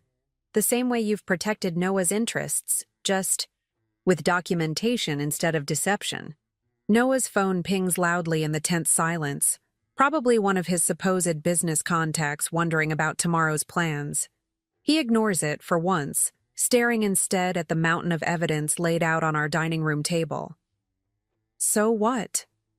Happens now? He asks, subdued in a way I've rarely seen him. Grandpa glances at his watch. Now, we establish clear terms for tomorrow's meeting. The bank opens at 9 a.m. Rachel's appointment with Mr. Kennedy is at 9:15. I suggest you all arrive by 9, prepared to acknowledge the unauthorized withdrawals and sign a formal repayment agreement. And if we don't, my father challenges, a last flicker of defiance. Then by 9:30, Mr. Kennedy will initiate a formal fraud investigation, I explain. By noon, the bank's legal department will be involved. By end of business day, you could be facing criminal charges. The ultimatum hangs in the air, unambiguous and unavoidable. We need to consult our attorney, my father says, reaching for his phone. By all means, Grandpa agrees pleasantly. Though I suggest you specifically mention the forged signatures on withdrawal slips when explaining the situation. Fraud involving forgery carries particularly significant penalties. My mother makes a small, strangled sound. You can't be serious about this, sis. Noah tries one last angle, his voice dropping into the cajoling tone he uses when trying to charm his way out of consequences. After everything this family has done for you. Like what exactly? I ask, genuine curiosity in my voice. Depleting my education fund? Dismissing my academic achievements? Treating my earnings as family resources while protecting your allowance as untouchable? He has no answer, mouth opening and closing like a fish out of water. I think we're finished here, Grandpa announces, folding his napkin precisely. Richard? Evelyn, I strongly suggest you spend tonight preparing for tomorrow's meeting rather than attempting any further unauthorized access to Rachel's accounts. The freeze is already programmed into the system, and any attempts will only strengthen the case against you. My father nods numbly, financial defeat written in every line of his posture. Rachel will be staying with me tonight, Grandpa continues, to ensure this conversation doesn't escalate inappropriately. My mother looks up sharply. You're taking her away from her home, now? My home is where my belongings are respected, I say quietly, rising from the table. I packed a bag this morning. It's already in Grandpa's car. This final revelation, that I anticipated the need to leave, seems to break something in my mother. She begins to sob openly, all pretense of composure abandoned. We were only trying to help your brother, she manages between sobs. His businesses need capital to succeed. We never meant to get caught, I finish for her. I know. I gather my documentation methodically, returning each paper to its proper folder while my family watches in stunned silence. The careful, Organization is both practical and symbolic, evidence of the methodical mind they've consistently underestimated. 9 o'clock, I remind them, tucking the folder securely under my arm. Meridian Credit Union, Regional Manager's Office. Mr. Kennedy will be expecting all of you. And if we refuse to come? My father asks, one last desperate attempt at regaining control. Grandpa answers for me, his voice carrying decades of authority. Then by noon tomorrow, this family's financial deception becomes a matter of public record in the criminal justice system. Your choice, Richard. As we walk toward the front door, I hear Noah's bewildered voice behind us. But what about my investor meeting? Where am I supposed to get the money now? The question, so perfectly encapsulating the entitled mindset that has defined our family dynamic, follows us into the night, unanswered and increasingly irrelevant. In Grandpa's Cadillac, driving away from the house where financial exploitation masqueraded as family support for years, I finally allow myself a small smile of vindication. Phase 1 complete, I murmur. And quite effectively executed, Grandpa acknowledges, patting my hand. Now get some rest. Tomorrow at the bank is when the real reckoning begins. Grandpa's house smells of cedar and old books, a comforting combination that has always represented safety to me. As a child, I'd escape here during Noah's elaborate birthday parties, or when my parents' focus on his latest achievement became too overwhelming. Tonight, it serves as both sanctuary and war room. Tea? Grandpa offers, settling into his worn leather armchair in the study. A lifetime of financial documentation surrounds us, meticulously labeled filing cabinets, shelves, of accounting references, framed certificates of his decades in financial management. Please, I reply, sinking into the matching chair opposite his. The adrenaline that carried me through dinner is beginning to fade, leaving behind a hollow exhaustion. He busies himself with the electric kettle on the side table, a ritual unchanged since Grandma's passing. They'll try to access the account tonight, he predicts, measuring loose tea leaves with practiced precision. I know, I agree. Dad was already texting someone when we left, probably his banking friend at Meridian. Won't help him, Grandpa says confidently. Mr. Kennedy placed the highest security level on the freeze. Even branch managers can't override it without triggering alerts.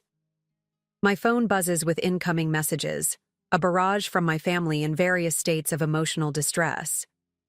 From Mom, please call us immediately. We need to discuss this as a family. Your father is devastated. We never meant to hurt you.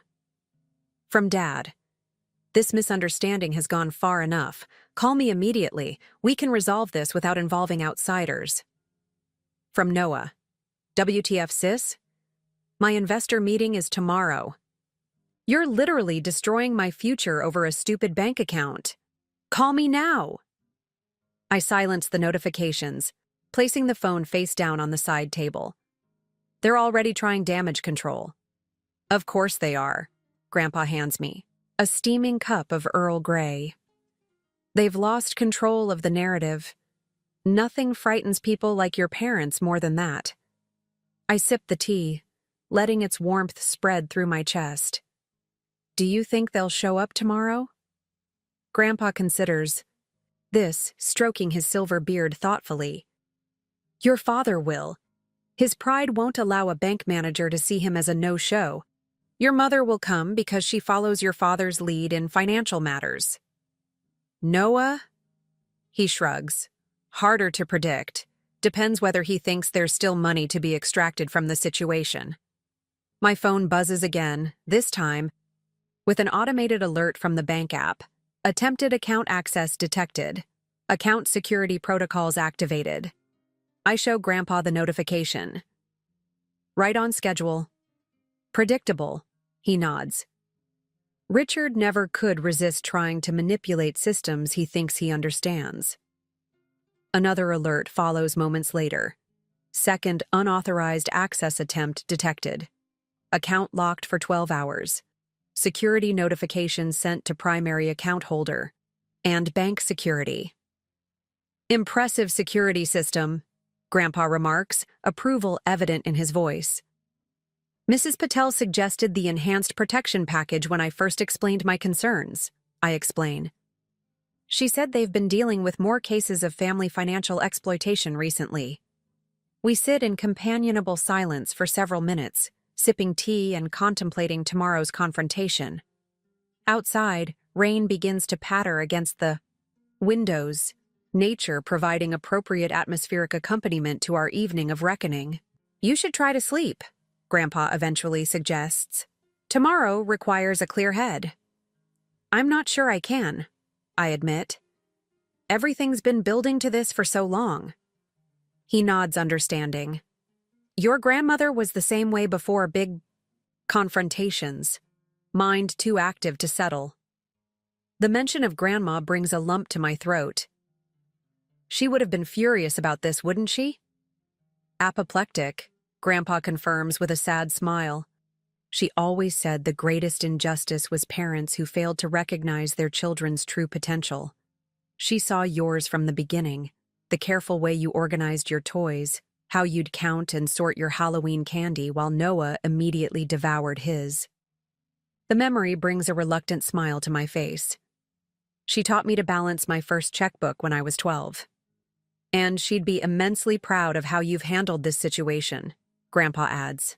Methodical, evidence-based, and giving them every opportunity to correct course before involving authorities. My phone buzzes yet again, this time with a text from Kaylee. How did dinner go? Revolution or apocalypse? Both, I reply. Multiple meltdowns, staying at Grandpa's. They tried accessing the account twice already. Her response is immediate, not surprised. Want me to meet you at the bank tomorrow for moral support? I consider. This briefly before declining. Better to keep it contained to family. We'll update you after. Grandpa watches me with knowing eyes. Your friend offering reinforcements? She wanted to come to the bank tomorrow, I explain. I think it's better to keep the audience limited. Wise, he agrees. Fewer witnesses means less pride at stake. They might be more reasonable. Reasonable isn't exactly their specialty when it comes to Noah's businesses, I point out. Grandpa's expression darkens. Their blindness regarding that boy has always baffled me. 3 failed ventures in 2 years, and they still believe the next one will be his breakthrough. It's not just blindness, I say quietly. It's active favoritism. They didn't just believe in his businesses. They sacrificed my education to fund them. The greatest mystery is why they thought you wouldn't notice, Grandpa muses. You, of all people, with your attention to detail. They don't really see me, I explain without self-pity, simply stating facts. They see the quiet, compliant daughter who doesn't cause problems. The responsible one who doesn't need attention because she's fine on her own. Their most expensive misconception, Grandpa says with grim satisfaction. My phone lights up with another bank alert. 3rd unauthorized access attempt detected. Security protocol escalated. Regional manager notified. Your father is nothing if not persistent, Grandpa observes, though not particularly technologically sophisticated. He thinks systems always have backdoors for people with the right connections, I explain. That's how he's operated his entire career, not through exceptional skill, but through relationships. With people who can bend rules. A strategy that fails spectacularly when confronted with proper security protocols and documentation, Grandpa notes with professional satisfaction. A new text appears from Mr. Kennedy. Ms. Calloway, our systems have detected multiple unauthorized access attempts on your account tonight. Enhanced security protocols have been activated. Please confirm you are aware of these attempts and are not the source. I respond immediately. Yes, I'm aware. These are precisely the unauthorized access attempts we discussed. I am not making these attempts. His reply comes seconds later. Documented and added to your case file. We are monitoring in real time. See you tomorrow at 9:15 a.m. The bank is officially documenting their attempts, I tell Grandpa, showing him the exchange. Perfect, he says, setting down his empty teacup. Every failed attempt strengthens your position for tomorrow. I check the time. 10:42 p.m. Less. Then 11 hours until we confront my parents at the bank. I've prepared a binder for you, Grandpa says, retrieving a leather portfolio from his desk. Key documents arranged in presentation order, with sticky note reminders for each section. I accept the binder, touched by his attention to detail, a family trait that actually serves beneficial purposes in our case. The most important thing tomorrow, he advises, is to maintain your composure regardless of how emotional they become. Financial confrontations often devolve into emotional manipulation, especially in family contexts. I've had years of practice managing their emotional weather patterns, I assure him, especially when Noah's involved. Speaking of your brother, Grandpa says carefully, he may be particularly volatile tomorrow when he realizes his funding source is truly cut off. Noah's never faced real consequences before, I acknowledge. Tomorrow will be a first. Another text arrives from my mother. Rachel, your father is having chest pains. This stress isn't good for his health. Please reconsider what you're doing. To this family. I show Grandpa the message, my hand trembling slightly despite my resolve. Textbook emotional manipulation, he pronounces after reading it. If Richard were truly having medical issues, she'd be calling an ambulance, not texting. Guilt trips. You're right, I agree, steadying myself. It's just another tactic. They'll cycle through several tomorrow, Grandpa warns. Anger, tears, health concerns, appeals to family loyalty, attempts to minimize or rationalize, the full spectrum of avoidance techniques. I'm prepared, I assure him, though the knot in my stomach suggests a sliver of doubt. You are? He confirms with absolute confidence. You've prepared more thoroughly for this confrontation than most lawyers do for court cases. One final bank alert illuminates my phone. Account access temporarily suspended until in-person verification with photo ID and security questions. Appointment scheduled, 9:15 a.m. with Regional Manager Kennedy. That should end tonight's access. Attempts, I observe with grim satisfaction. Get some rest, Grandpa suggests again, rising stiffly from his chair. Tomorrow requires strength and clarity.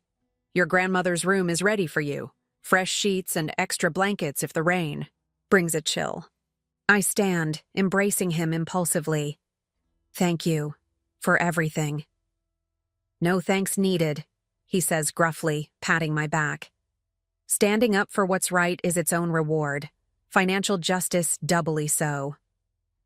In Grandma's old room, surrounded by her quilts and watercolor landscapes, I review the binder Grandpa prepared. Each section meticulously organized, each document positioned for maximum impact. Withdrawal records, forged signatures, account terms, bank communications, and finally, the formal complaint forms ready for signature if my parents refuse to acknowledge their actions.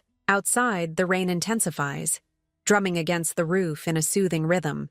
I set 3 alarms, though I suspect sleep will be elusive. In less than 9 hours, I'll be sitting across from Mr. Kennedy at Meridian Credit Union, waiting to see if my parents choose accountability or further denial. Either way, by this time tomorrow, the financial exploitation that has defined our family dynamic for years will be permanently altered. The only question is whether our family relationships will survive the reckoning. My final thought before drifting into uneasy sleep is of the bank statement spread across the dining table. Evidence of years of systematic betrayal, and the stunned expressions as my parents realized their financially naive daughter had documented every unauthorized withdrawal with forensic precision. Tomorrow, those expressions will transform into something else entirely when they face the regional bank manager and the full consequences of their actions. Morning arrives with steel gray skies and persistent rain, weather that matches the gravity of the day ahead. I wake before my alarms, having slept fitfully between anxious dreams of confrontation and reconciliation. Grandpa is already in the kitchen when I descend, dressed in what I recognize as his professional meeting attire: charcoal suit, burgundy tie, polished Oxfords. Bank clothes, I observe, accepting the mug of coffee he offers. He nods approvingly. At my own outfit, a modest navy dress with a tailored blazer, the most formal ensemble I own. Presentation matters in financial confrontations. Authority is partially visual. I borrowed Grandma's pearls, I add, touching the simple strand at my neck. Seemed appropriate somehow. She'd approve, Grandpa confirms, his voice softening. She always said pearls communicate both femininity and strength. We eat breakfast in companionable silence, toast and fruit arranged with the precision that defines Grandpa's approach to life. At 8:15, my phone buzzes with a text from Mrs. Patel. Mr. Kennedy is already in the office preparing for your 9:15 meeting. Everything is ready. At 8:20, a more surprising notification appears. An email from my father's account with an attached document labeled Settlement Proposal. I open it warily. They're offering a payment plan, I tell Grandpa, scanning the attachment. $5,000 immediately and $500 monthly until the debt is cleared. Grandpa peers over my shoulder at the document. Convenient timing. What conditions are attached? I continue reading, my suspicions confirmed with each paragraph. I would need to sign a non-disclosure agreement about the misunderstanding, withdraw any complaints with the bank, and agree not to pursue any claims of impropriety. Essentially, they want to buy your silence and avoid bank scrutiny, Grandpa summarizes, his expression hardening. For less than the full amount they took, stretched over 5 years of payments they could easily default on once the pressure is off. And there's a separate section about how I should understand that family financial matters are complex, and that their decisions were made with the entire family's best interests in mind, I add, unable to keep the bitterness from my voice. Classic minimization strategy, Grandpa notes. Reframe theft as complex financial management too sophisticated for you to understand. I close the document without responding, gathering my materials for the meeting. At 8:30, we load into Grandpa's Cadillac, the leather binder of evidence secured in my lap like precious cargo. The drive to Meridian Credit Union takes exactly 17 minutes through the rain-slicked streets of our suburban town. We arrive at 8:47, parking in a visitor spot with a clear view of the entrance. We'll wait here until they arrive, Grandpa decides, keeping the engine running for heat. No sense giving them home field advantage by being inside first. Sure enough, at 8:53, my father's silver BMW pulls into the parking lot, followed immediately by a rideshare vehicle that deposits Noah at the curb, looking uncharacteristically subdued in what appears to be yesterday's clothes. Interesting, Grandpa murmurs. They didn't drive together. Mom and Dad probably spent the night strategizing while Noah was busy panic-calling his business contacts to explain his investor meeting might be delayed, I speculate. We watch. As my parents and brother converge at the bank entrance, none of them looking particularly rested. My father's normally immaculate appearance shows signs of hasty preparation. Slightly askew tie, hair not perfectly combed. My mother clutches her designer handbag like a shield, eyes darting nervously around the parking lot. Noah keeps checking his phone, his usual swagger replaced by agitated movements. Ready? Grandpa asks as the family trio disappears into the bank. I take a deep breath, centering myself for what's to come. Ready. The bank's interior is hushed and formal, potted plants and mahogany desks creating an atmosphere of financial respectability. Mrs. Patel spots us immediately, offering a subtle nod of encouragement as she directs us toward the executive offices in the back. My family waits in a glass-walled conference room, their tense body language visible even from a distance. My Father stands rigidly by the window. My mother perches on the edge of a chair, and Noah slouches against the wall, still fixated on his phone. Mr. Kennedy emerges from his office to greet us, his tailored suit and silver hair projecting exactly the image of financial authority that my father has always aspired to. "Ms. Calloway," he says, shaking my hand firmly. "Mr. Calloway, thank you for your punctuality. I've reviewed all the documentation again this morning, and everything is in order for our discussion." "Were there any additional access attempts overnight?" I ask quietly. "4 more between midnight and 4 a.m., he confirms, all documented and added to the file. My father's expression when we enter the conference room is a complex mixture of defensiveness, anger, and, most surprisingly, fear. Real fear, not the manufactured concern he typically displays when trying to manipulate a situation. "Rachel," my mother begins immediately, rising from her chair with outstretched arms as if this were a family reunion rather than a financial confrontation. "Sweetie, we've been so worried. Your father barely slept." I maintain professional distance, placing my evidence binder on the conference table. "Good morning, Mom, Dad, Noah." My brother barely grunts acknowledgement, his attention still primarily on his phone. "This is completely unnecessary," my father states flatly, gesturing at the formal bank setting.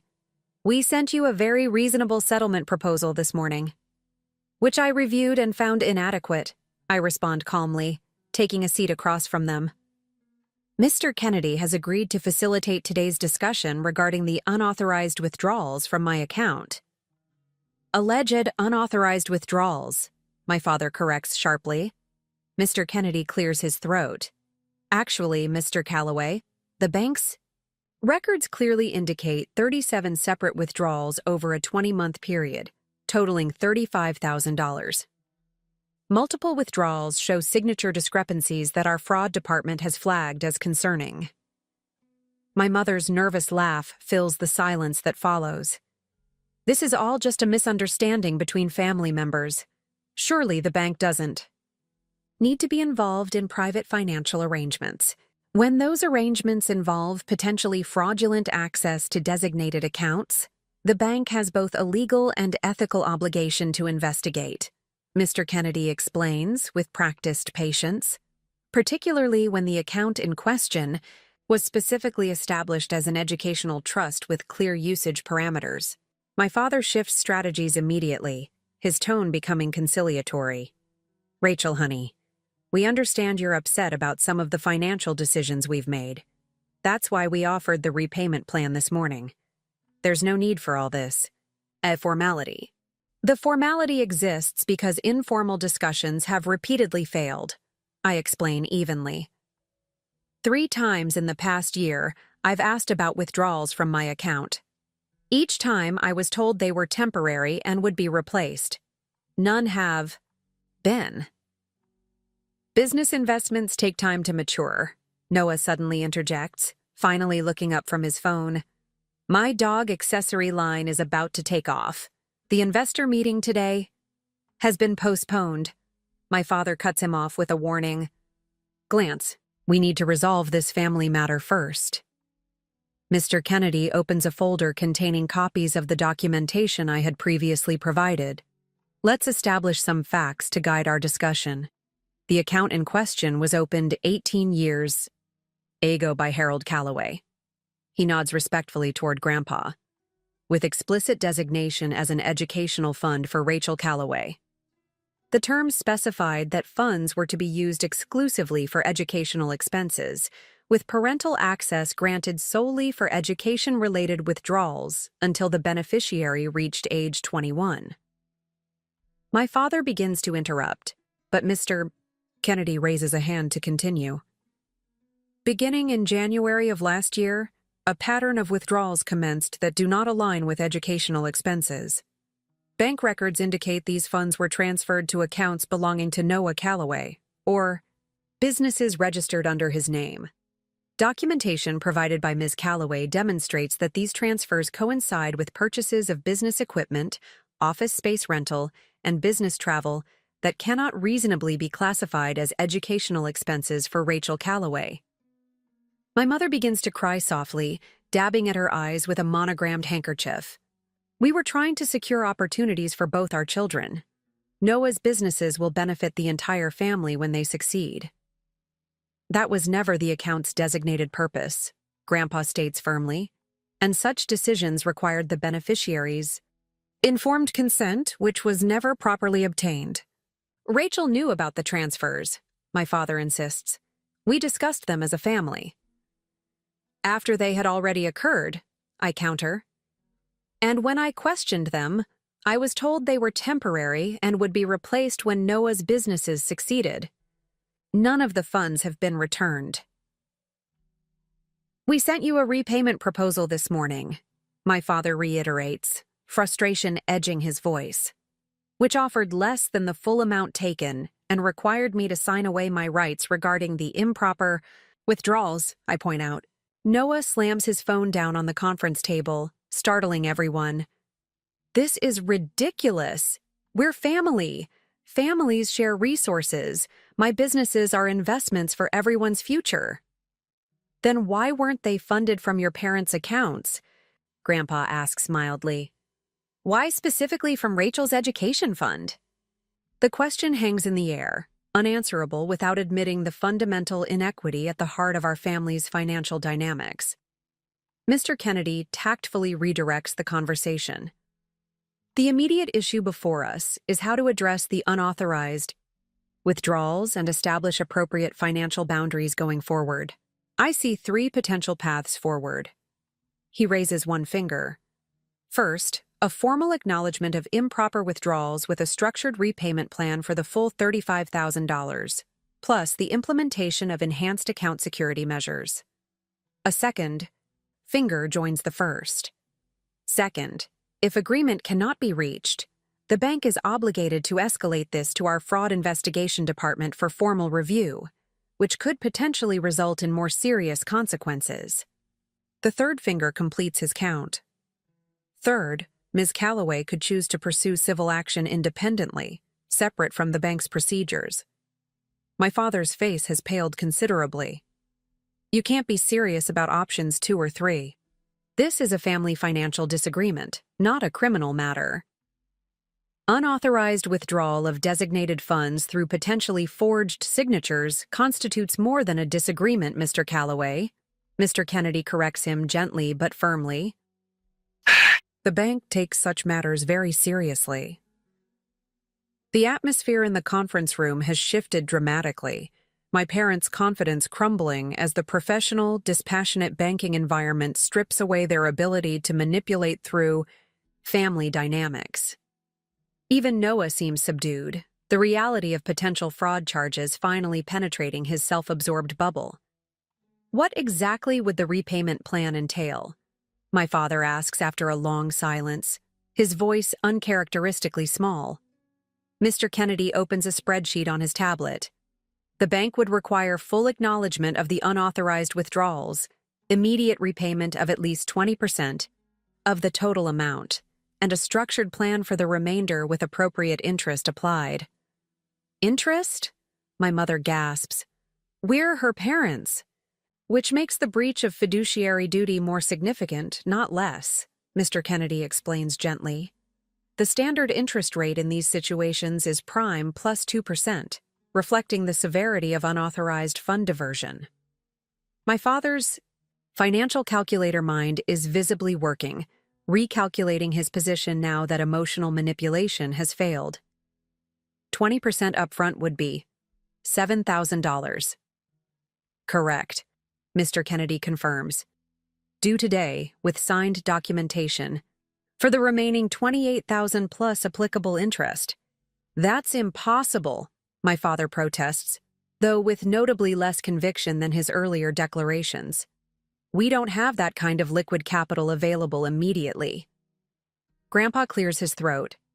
The home equity line of credit you established last year has sufficient available funds, as does your personal investment account with First Capital. My father's head snaps up, shock registering at Grandpa's knowledge of his finances. How did you? Public records for the HELOC, Grandpa explains calmly. And you left your quarterly investment statement visible on your desk during Thanksgiving dinner. I have an accountant's memory for numbers. Noah, who has been uncharacteristically quiet, suddenly straightens. What about my business account? The one you just funded for tomorrow's investor meeting?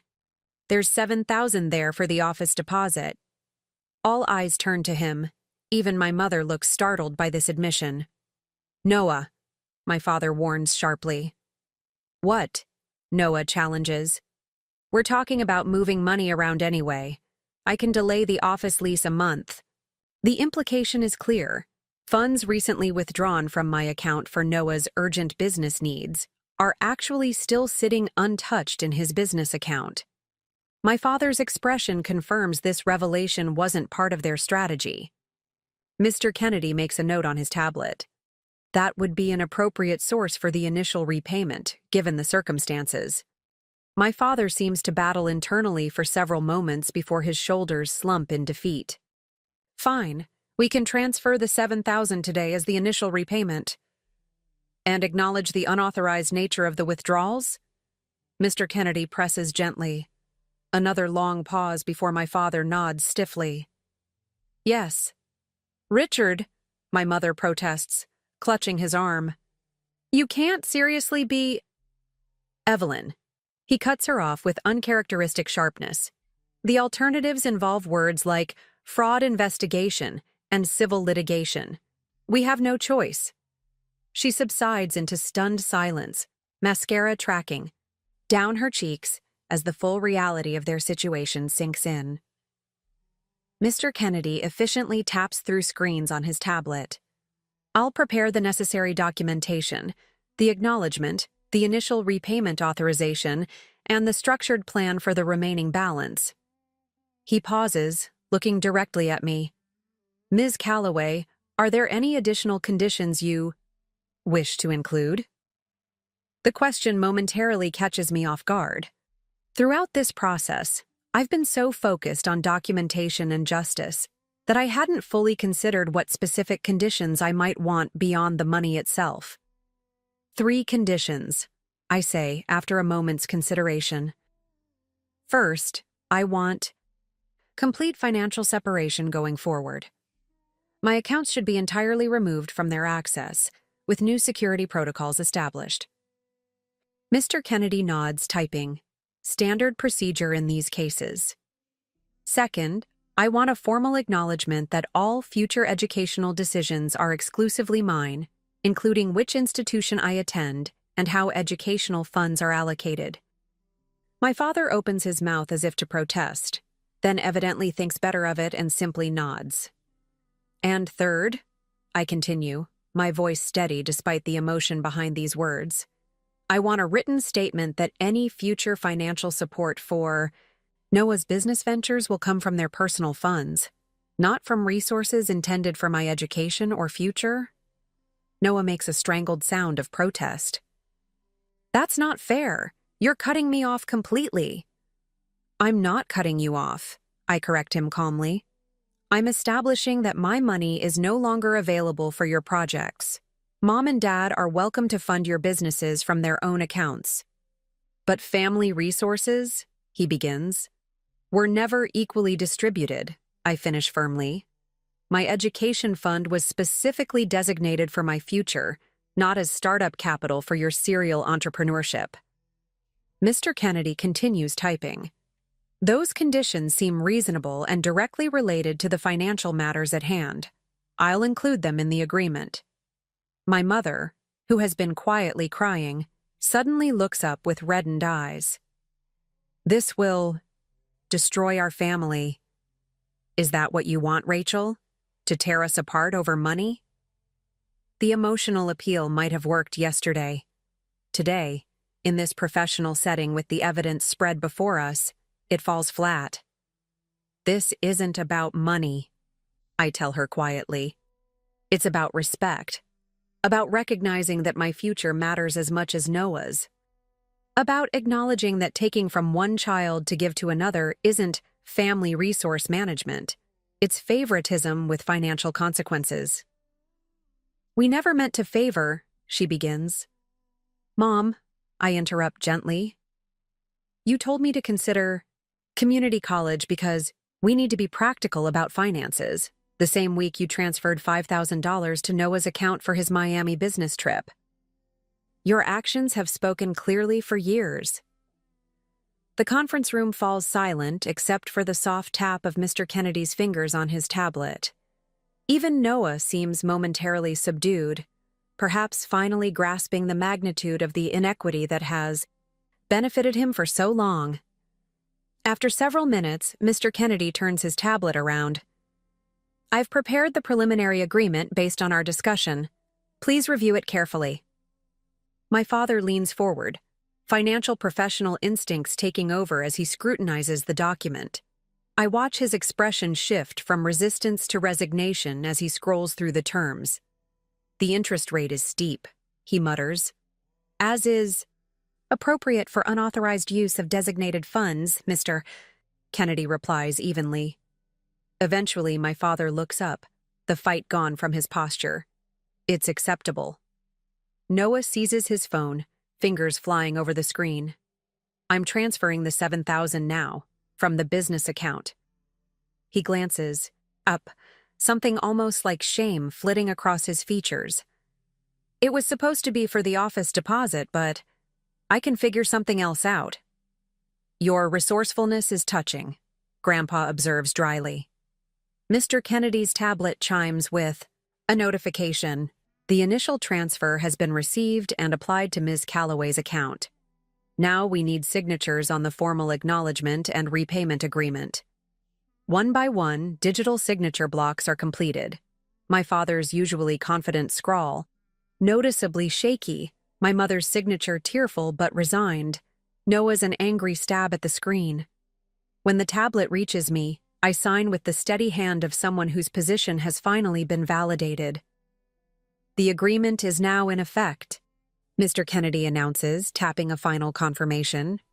Monthly payments will begin 30 days from today, with electronic verification of each transaction.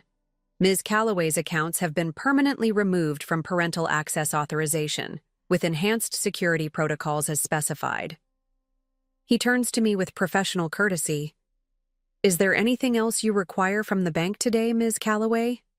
No, I reply, a strange lightness spreading through my chest. This resolves the immediate concerns. Then our business here is concluded, he states, standing to signal the end of our meeting. The bank appreciates your cooperation in resolving this matter efficiently. The formality of his words somehow makes the victory more concrete than any emotional confrontation could have. This wasn't just a family squabble. It was a documented case of financial misappropriation that has now been officially acknowledged and addressed. As we gather our belongings, an awkward silence descends. What does one say after such a fundamental shift in family dynamics? My parents seem equally at a loss, avoiding direct eye contact while collecting their things with mechanical movements. Noah, predictably, breaks the silence first. So what am I supposed to tell the investors now? That my entire presentation has to be postponed because of this? This family drama? You could tell them the truth, I suggest mildly. That your startup capital turned out to be fraudulently obtained and you're restructuring your business. Plan to reflect legitimate funding sources. He flinches as if I'd slapped him. Nobody tells investors that. Perhaps that's why so many startups have ethical problems, Grandpa observes, closing his briefcase with a decisive click. My father clears his throat awkwardly. Rachel, despite how this appears, we always believed we were acting in the family's best interests. Noah's businesses represent potential opportunities that could benefit everyone. I understand that's what you believed, I acknowledge. But taking my education fund without proper consent wasn't your decision to make, regardless of your intentions. And now? My mother asks tearfully. What happens to our family after this? It's a fair question, perhaps the first genuine one she's asked throughout this ordeal. I consider my answer carefully. That depends on whether this agreement represents just financial restitution or a fundamental recognition that each member of this family deserves equal respect and opportunity. My father nods slowly, perhaps the first glimmer of real understanding I've seen from him. We have some reflecting to do. Yes, I agree simply. You do. Mr. Kennedy holds the conference. Room door open, a silent reminder that the bank portion of our reckoning has concluded. One by one, we file out, my parents first, walking close but not touching, Noah following with uncharacteristic quietness, then Grandpa and me bringing up the rear. In the bank lobby, the morning light streams through tall windows, illuminating dust motes that dance in the air like the family secrets now exposed to scrutiny. Mrs. Patel catches my eye from her teller station, offering a subtle thumbs up that warms me unexpectedly. My parents pause at the bank entrance, clearly uncertain about the proper protocol for departing after such a confrontation. Do we shake hands, hug awkwardly, pretend nothing has changed? I'll be staying with Grandpa for a while, I tell them, solving the immediate dilemma. Until I figure out my next steps. Your room will always be there, my mother offers tentatively. Thank you, I reply, neither accepting nor rejecting the olive branch. I'll be in touch about collecting my things. Noah hovers uncertainly by the door, his usual swagger deflated by the morning's revelations. For perhaps the first time in our relationship, he seems to actually see me, not as his compliant sister who can be tapped for resources, but as an individual with boundaries he's repeatedly violated.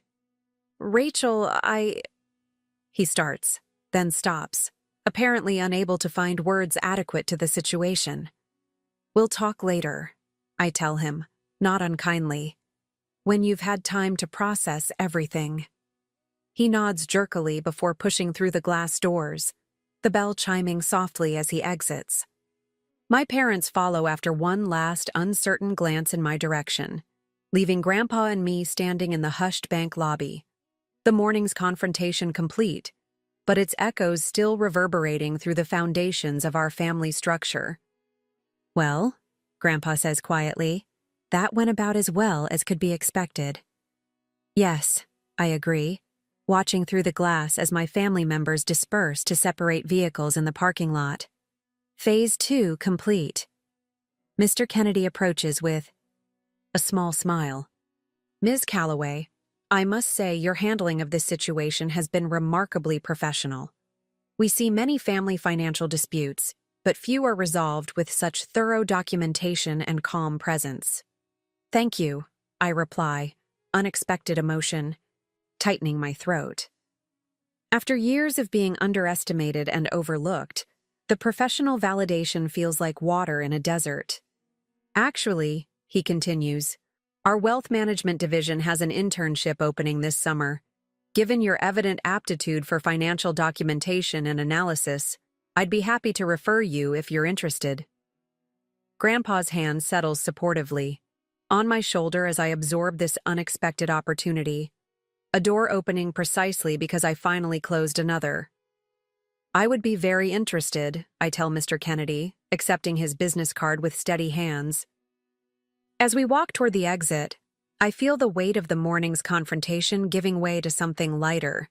Not quite resolution, but perhaps the beginning of reconstruction. My education fund is secured, the unauthorized withdrawals acknowledged, and a repayment plan established. Outside in the parking lot, the rain has stopped, sunlight breaking through clouds to create that peculiar golden light that follows storms. Grandpa unlocks the Cadillac with a chirp that seems unnecessarily cheerful given the gravity of the morning. Breakfast, he suggests as we settle into the leather seats. I find financial victories particularly enhance the flavor of pancakes. I laugh, surprising myself with the genuine sound. Pancakes sound perfect. As we pull away from Meridian Credit Union, I glance back at the building where family secrets were transformed into documented acknowledgments, where years of financial manipulation were finally addressed with professional clarity.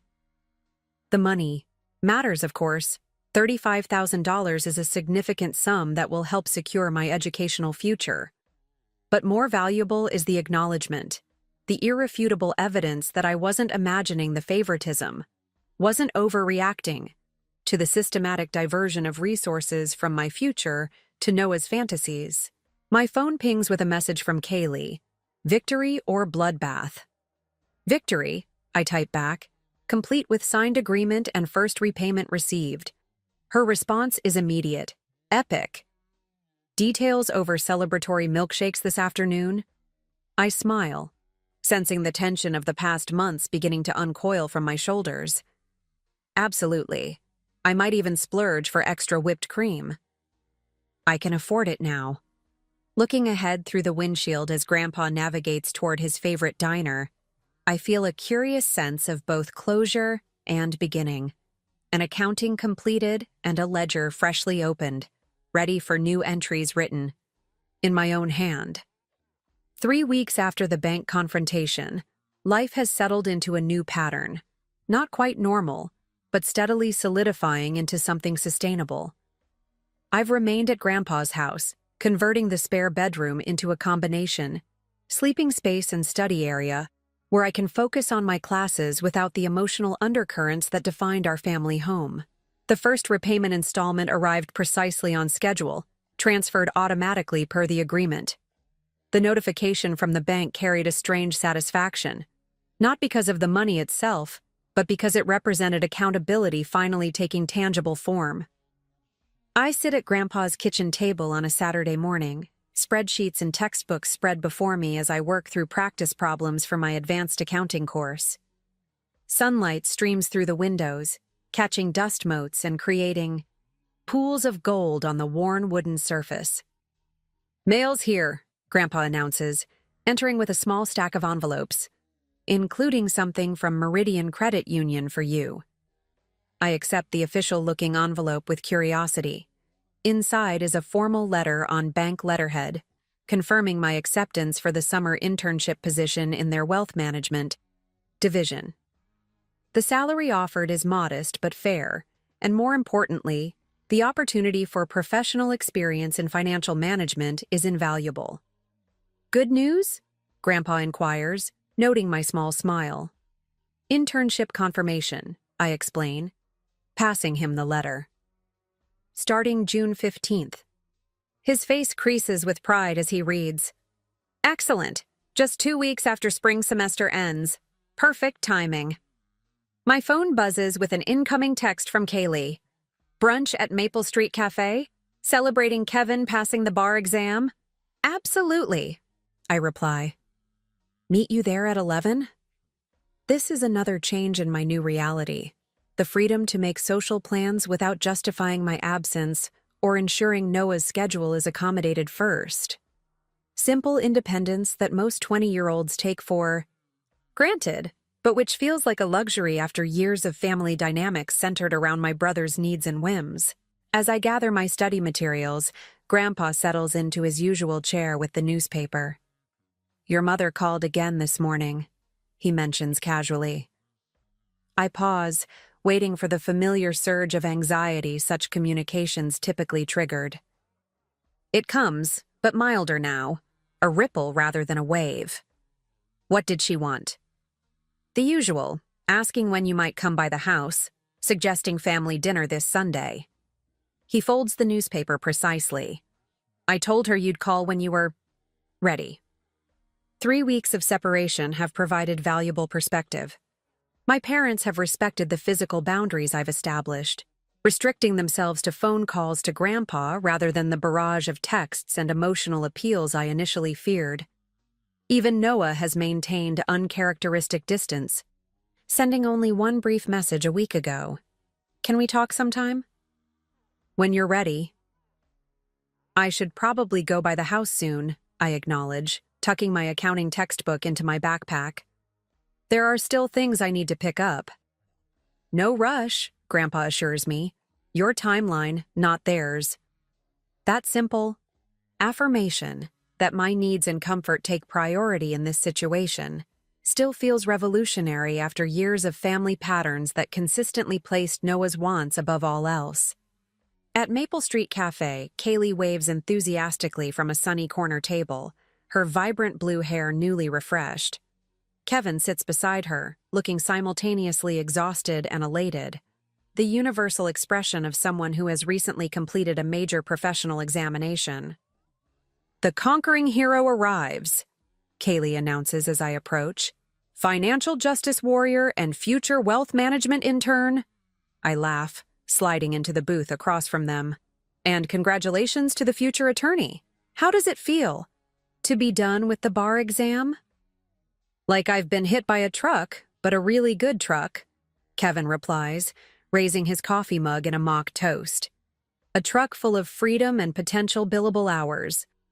Our conversation flows easily through brunch. Law firm prospects for Kevin, Kaylee's latest graphic design projects, my internship plans. It's only when we're finishing our meals that Kaylee broaches the topic we've all been dancing around. "So, any communication from the family since the great banking showdown?" I nod, stirring the remnants of my latte. Mom calls Grandpa almost daily. Dad emails weekly with confirmation of the transfers and very formal updates about family matters. Noah sent one text. "And how do you feel about all that?" Kevin asks, professional instincts clearly engaged despite his off-duty status. "Complicated," I admit. "The financial situation is resolved, the repayment schedule is working, my accounts are secure, and my educational path is protected. But the underlying family dynamics, that's messier." "Boundaries are hard," Kaylee observes, "especially when they're new. The hardest part is separating the financial justice from the emotional aftermath," I explain. "I needed to address the unauthorized withdrawals, but now I'm left with a family that doesn't quite know how to relate to me anymore." "Because you're no longer the compliant daughter who can be easily manipulated," Kevin suggests. "Exactly. Their mental image of me doesn't match reality anymore, and they're struggling to adjust." Kaylee reaches across the table to squeeze my hand. "Their struggle isn't your responsibility to fix." "I know, I agree. But I still have to decide what kind of relationship I want going forward, especially with Noah. Any insights from the lone text he sent?" Kevin asks. I pull out my phone, finding Noah's message from last week. "Can we talk sometime? When you're ready. I've been thinking about things. A lot." Surprisingly restrained for him, Kaylee notes. No multiple exclamation points or demands. That's what caught my attention, I admit. It's very un-Noah-like in its respect for boundaries. Kevin, ever the analytical mind, leans forward. "Do you want a relationship with your brother going forward? Setting aside the financial issues, is there anything worth preserving there?" The question deserves serious consideration. Throughout our childhood, Noah had been positioned as the family star, his achievements celebrated, his failures minimized, his needs prioritized. But beneath the preferential treatment and entitled behavior, there were occasional glimpses of the brother who taught me to ride a bike when our parents were too busy planning his science fair presentation, who defended me against neighborhood bullies even while being one himself at home. "I think there might be," I finally answer. "If, and it's a big if, he can relate to me as an equal rather than a resource or background character in his life story." "Then maybe hear what he has to say," Kaylee suggests, "in a neutral location with clear time boundaries when you're ready." The conversation shifts to lighter topics, but the question lingers in my mind throughout the remainder of brunch and follows me back to Grandpa's house. What kind of relationship do I want with my family going forward? Is reconciliation possible while maintaining the boundaries I've established? Or would attempting to repair those relationships inevitably mean sliding back into old, unhealthy patterns? That afternoon, after careful consideration, I text Noah. I can meet Wednesday afternoon at Riverside Park. 4 p.m. by the fountain. 1 hour. His response comes almost immediately, suggesting he had his phone in hand. "I'll be there. Thank you." Just those simple words, No exclamation points, no demands, no attempts to change the parameters I'd set. Another uncharacteristically restrained response that piques my curiosity about what exactly has been happening in our family since the bank confrontation. Tuesday evening, I finally visit my parents' house to collect more of my belongings. I deliberately choose a time when I know Noah will be at his part-time job, a recent development that raised my eyebrows when Grandpa mentioned it. Apparently, the loss of funding from my account has necessitated actual employment rather than full-time entrepreneurship. The house looks exactly the same from the outside: manicured lawn, tasteful landscaping, the appearance of suburban success carefully maintained. But something feels different as I unlock the front door with my key, a subtle shift in energy or atmosphere I can't immediately identify. My mother emerges from the kitchen, wiping her hands on a dish towel, her face lighting with cautious hope. "Rachel, I didn't know you were coming by today." "Just picking up some more clothes and books," I explain, maintaining a polite but measured tone. "I texted Dad about it yesterday." Of course, she nods too quickly. "Can I get you anything? I made fresh lemonade, or there's coffee." "I'm fine, thanks," I interrupt gently. "I won't be staying long." Disappointment flickers across her face, but she nods again.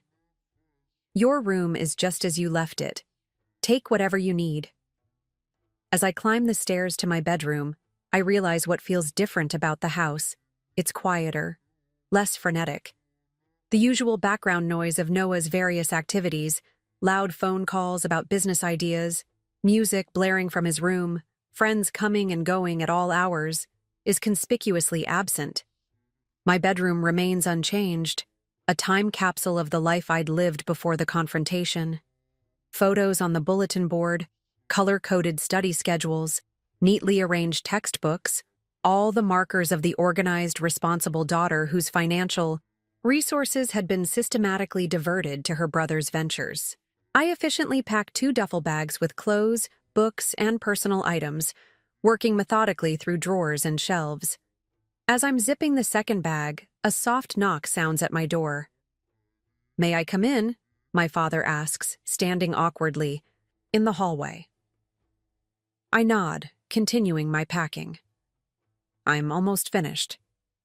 He enters hesitantly, remaining near the doorway as if unsure of his welcome. The confident financial advisor who once dominated our household with his pronouncements about family resource allocation now seems diminished somehow, less certain of his position. "The transfer went through yesterday," he says after an uncomfortable silence. "The first monthly payment." "I saw the notification," I acknowledge. He shifts his weight, clearly struggling with whatever he came to say. "Rachel, I know a simple apology isn't adequate for what happened. The unauthorized withdrawals, the dismissal of your educational goals, the inequity in how we treated you and Noah. The direct acknowledgement surprises me. I'd expected continued minimization, perhaps cloaked in more sophisticated terms, but not this straightforward admission." "You're right," I agree. "A simple apology isn't adequate, but it's a starting point." He nods, accepting this assessment. "I've been doing a lot of thinking since the bank meeting about the patterns we established in this family, the messages we sent through our financial decisions." "And?" I prompt when he hesitates. "And I was wrong," he admits, the words seeming to physically pain him. "We were wrong, not just about taking the money without proper authorization, but about the underlying assumption that Noah's ventures deserved investment while your education could be compromised." The admission hangs in the air between us, not quite healing the breach, but perhaps creating space where understanding might eventually grow. "Thank you for acknowledging that," I say finally. "There's something else you should know," he continues after a moment. "Noah started working at Patterson Accounting 3 weeks ago. Entry-level position, 20 hours a week while he takes business administration classes at the community college." This explains the uncharacteristic quiet in the house, and perhaps the changes in Noah's communication style. That's surprising. It was his decision, my father adds, seeming intent that I understand this point. After the bank meeting, he came home and sat at the kitchen table for hours, staring at nothing. The next morning, he announced he needed to get real about his future and started making calls. I absorbed this information, trying to reconcile it with the entitled brother I've known all my life. And the dog accessory business? On hold indefinitely, my father confirms. He said something about not starting new ventures with other people's money and learning the fundamentals first. The change seems dramatic, but not implausible. Noah has always been adaptable when necessary, capable of pivoting when circumstances demanded it. The question is whether this represents genuine growth or simply another performance designed to regain access to resources. I'm meeting him tomorrow, I tell my father, zipping the final bag. At Riverside Park. Relief crosses his face. He's been very anxious about that. Changed his shirt 3 times when your text came through. The image of my perpetually overconfident brother fretting over his appearance for a meeting with me carries a strange poignancy. Perhaps the bank confrontation shook his worldview as thoroughly as it affirmed mine. We'll see how it goes, I say noncommittally, slinging the duffel bags over my shoulders. My father steps aside to let me pass, then speaks again as I reach the stairs. Your mother and I, we'd like the opportunity to rebuild trust with you. When you're ready. No pressure, no expectations. I pause on the top step, considering his words. Trust requires consistent behavior over time. The repayment plan is a start, but rebuilding our relationship will take longer. We understand, he says quietly, however long it takes. Downstairs, my mother hovers anxiously in the foyer, clearly having overheard our conversation. I packed some of those oatmeal cookies you like, she says, offering a small container, for you and your grandfather. The gesture is small but meaningful, acknowledging my new living arrangement rather than pretending it's merely temporary or trying to guilt me about it. I accept the container with a nod. Thank you. We're learning, she says softly as I reach for the door. It's not easy facing our mistakes, but we're trying. That's all anyone can do, I reply, stepping outside into the spring evening. Driving back to Grandpa's house, I reflect on the subtle shifts evident in my brief visit. My father's uncharacteristic humility, my mother's restraint in not pushing for immediate reconciliation, the news about Noah's job and classes. Not wholesale transformation, but perhaps the beginning of awareness, of recognition that the family dynamic had been fundamentally unbalanced. Tomorrow's meeting with Noah will be another data point, another opportunity to assess whether meaningful change is possible or if the old patterns are simply adapting to new circumstances. At Riverside Park the following afternoon, I arrive early and claim a bench near the fountain, watching families with young children feed the ducks, couples strolling hand in hand, elderly people soaking in the spring sunshine. Normal life continuing, all around while I prepare for a conversation that might determine the future of my relationship with my brother. Noah appears precisely at 4, another uncharacteristic display of respect for boundaries. He's dressed simply in khakis and a button-down shirt, the business casual of his new job rather than the designer attire he preferred for his entrepreneur persona. His hair is neatly trimmed, his expression uncharacteristically serious. As he approaches, "Thanks for meeting me," he says, hesitating until I gesture toward the empty space beside me on the bench. "You wanted to talk," I reply neutrally. "I'm listening." He takes a deep breath, staring at the fountain as water cascades over sculpted stone. "I've been doing a lot of thinking since the bank meeting. About my businesses, about money, about our family dynamics." I remain silent, giving him space to continue without interruption or encouragement. "The thing is," he says slowly, "I never really saw it before, how differently they treated us. How much was given to me while you had to fight for basics? It was just normal, the way things were. Normal for you, I point out quietly. He nods, accepting the correction. Normal for me? Unfair to you? I see that now. Or I'm starting to, anyway. A comfortable silence falls between us, punctuated by the splash of the fountain and distant children's laughter. When Noah speaks again, his voice carries an unfamiliar humility. I'm sorry, Rachel, for taking your money, for acting entitled to it, for not seeing you as a real person with your own dreams and needs. He turns to face me directly. You deserved better from me, from all of us. The apology seems genuine, absent the performative emotion or strategic manipulation that typically characterized Noah's interactions when he wanted something. Still, trust requires more than words. What prompted this realization? I ask. The bank confrontation itself, or losing access to my money? He winces, but doesn't deflect the question. Both. If I'm being honest, the bank meeting was humiliating. Seeing all the evidence laid out like that, realizing how systematically we'd taken from you while telling ourselves it was justified. He pauses. But afterward was worse. Having to really look at myself, at the person I'd become, who thought it was perfectly fine to build businesses with my sister's education money. And now? I prompt. Dad mentioned you're working at Patterson Accounting?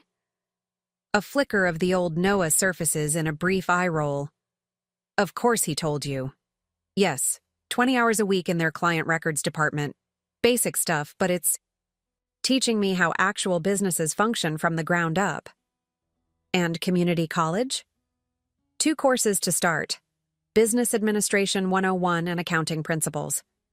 Turns out there's a lot I don't know about running a legitimate business.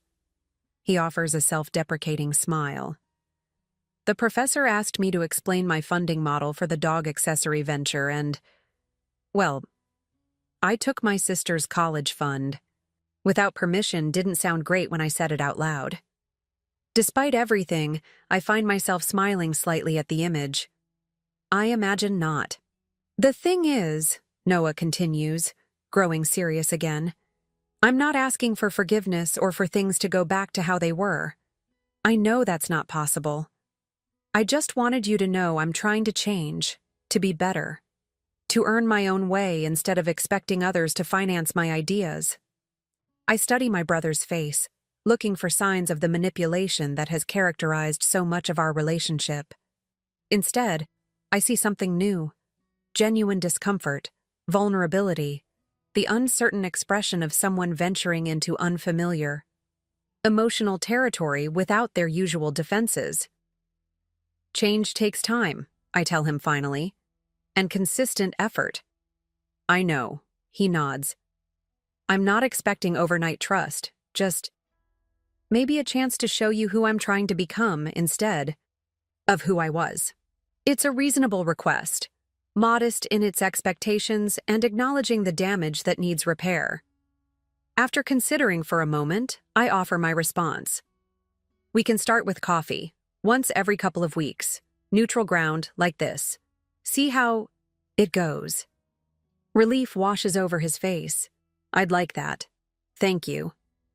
As the afternoon light turns golden across the park, we talk about smaller things. His experiences at the accounting firm, my internship offer, classes and weather and ordinary life. Not quite the easy conversation of close siblings, but not the tense, guarded interaction I'd anticipated either. Something new taking shape between us, its final form yet to be determined. When our hour concludes, we walk together toward the park exit, an awkward moment arising as we prepare to part ways. Should we hug? Noah asks uncertainly. Maybe next time, I reply honestly. This was a good start. He nods, accepting the boundary without protest, another small indication that perhaps real change is possible. One step at a time, he agrees, offering a tentative smile before turning toward the parking lot. I watch him go, reflecting on the journey that brought us to this point. 3 months ago, I was the overlooked daughter whose education fund was being systematically drained for her brother's ventures. Today, I stand as a young woman who advocated for herself, secured her financial future, and established boundaries that are beginning to be respected. The money matters. $35,000 represents educational opportunity and financial security that I've rightfully reclaimed. But more valuable is the shift in how I view myself and how my family is learning to view me, not as a supporting character in Noah's story, but as the protagonist of my own. As I head toward my car, my phone buzzes with a text from Grandpa. "How did it go with Noah?" "Better than expected," I reply truthfully. Not miraculous, but genuine. A start. His response comes quickly. "People can change when properly motivated." "The bank statement from Mr. Kennedy arrived today. Your account is looking healthy again." I smile at his subtle reminder of the tangible results of my stand for financial justice. "We're celebrating with takeout from Golden Dragon tonight. Your favorite sesame chicken is already ordered." Driving away from Riverside Park, I feel a curious lightness. Not the dramatic satisfaction of confrontation or the sharp vindication of victory, but something more sustainable. The quiet confidence of someone who has identified an injustice, methodically documented it, and successfully addressed it through appropriate channels. My family will never be the same after what happened, but perhaps that's not entirely a bad thing. The old dynamics were fundamentally unbalanced, built on patterns that consistently privileged one child while diminishing another. What might grow in their place, given time and continued effort, could potentially be healthier for everyone involved. At a stoplight, I glance at my reflection in the rearview mirror. The same face looks back at me, but something has changed in the eyes. A steadiness. A certainty that wasn't there 6 months ago when I first began documenting the unauthorized withdrawals.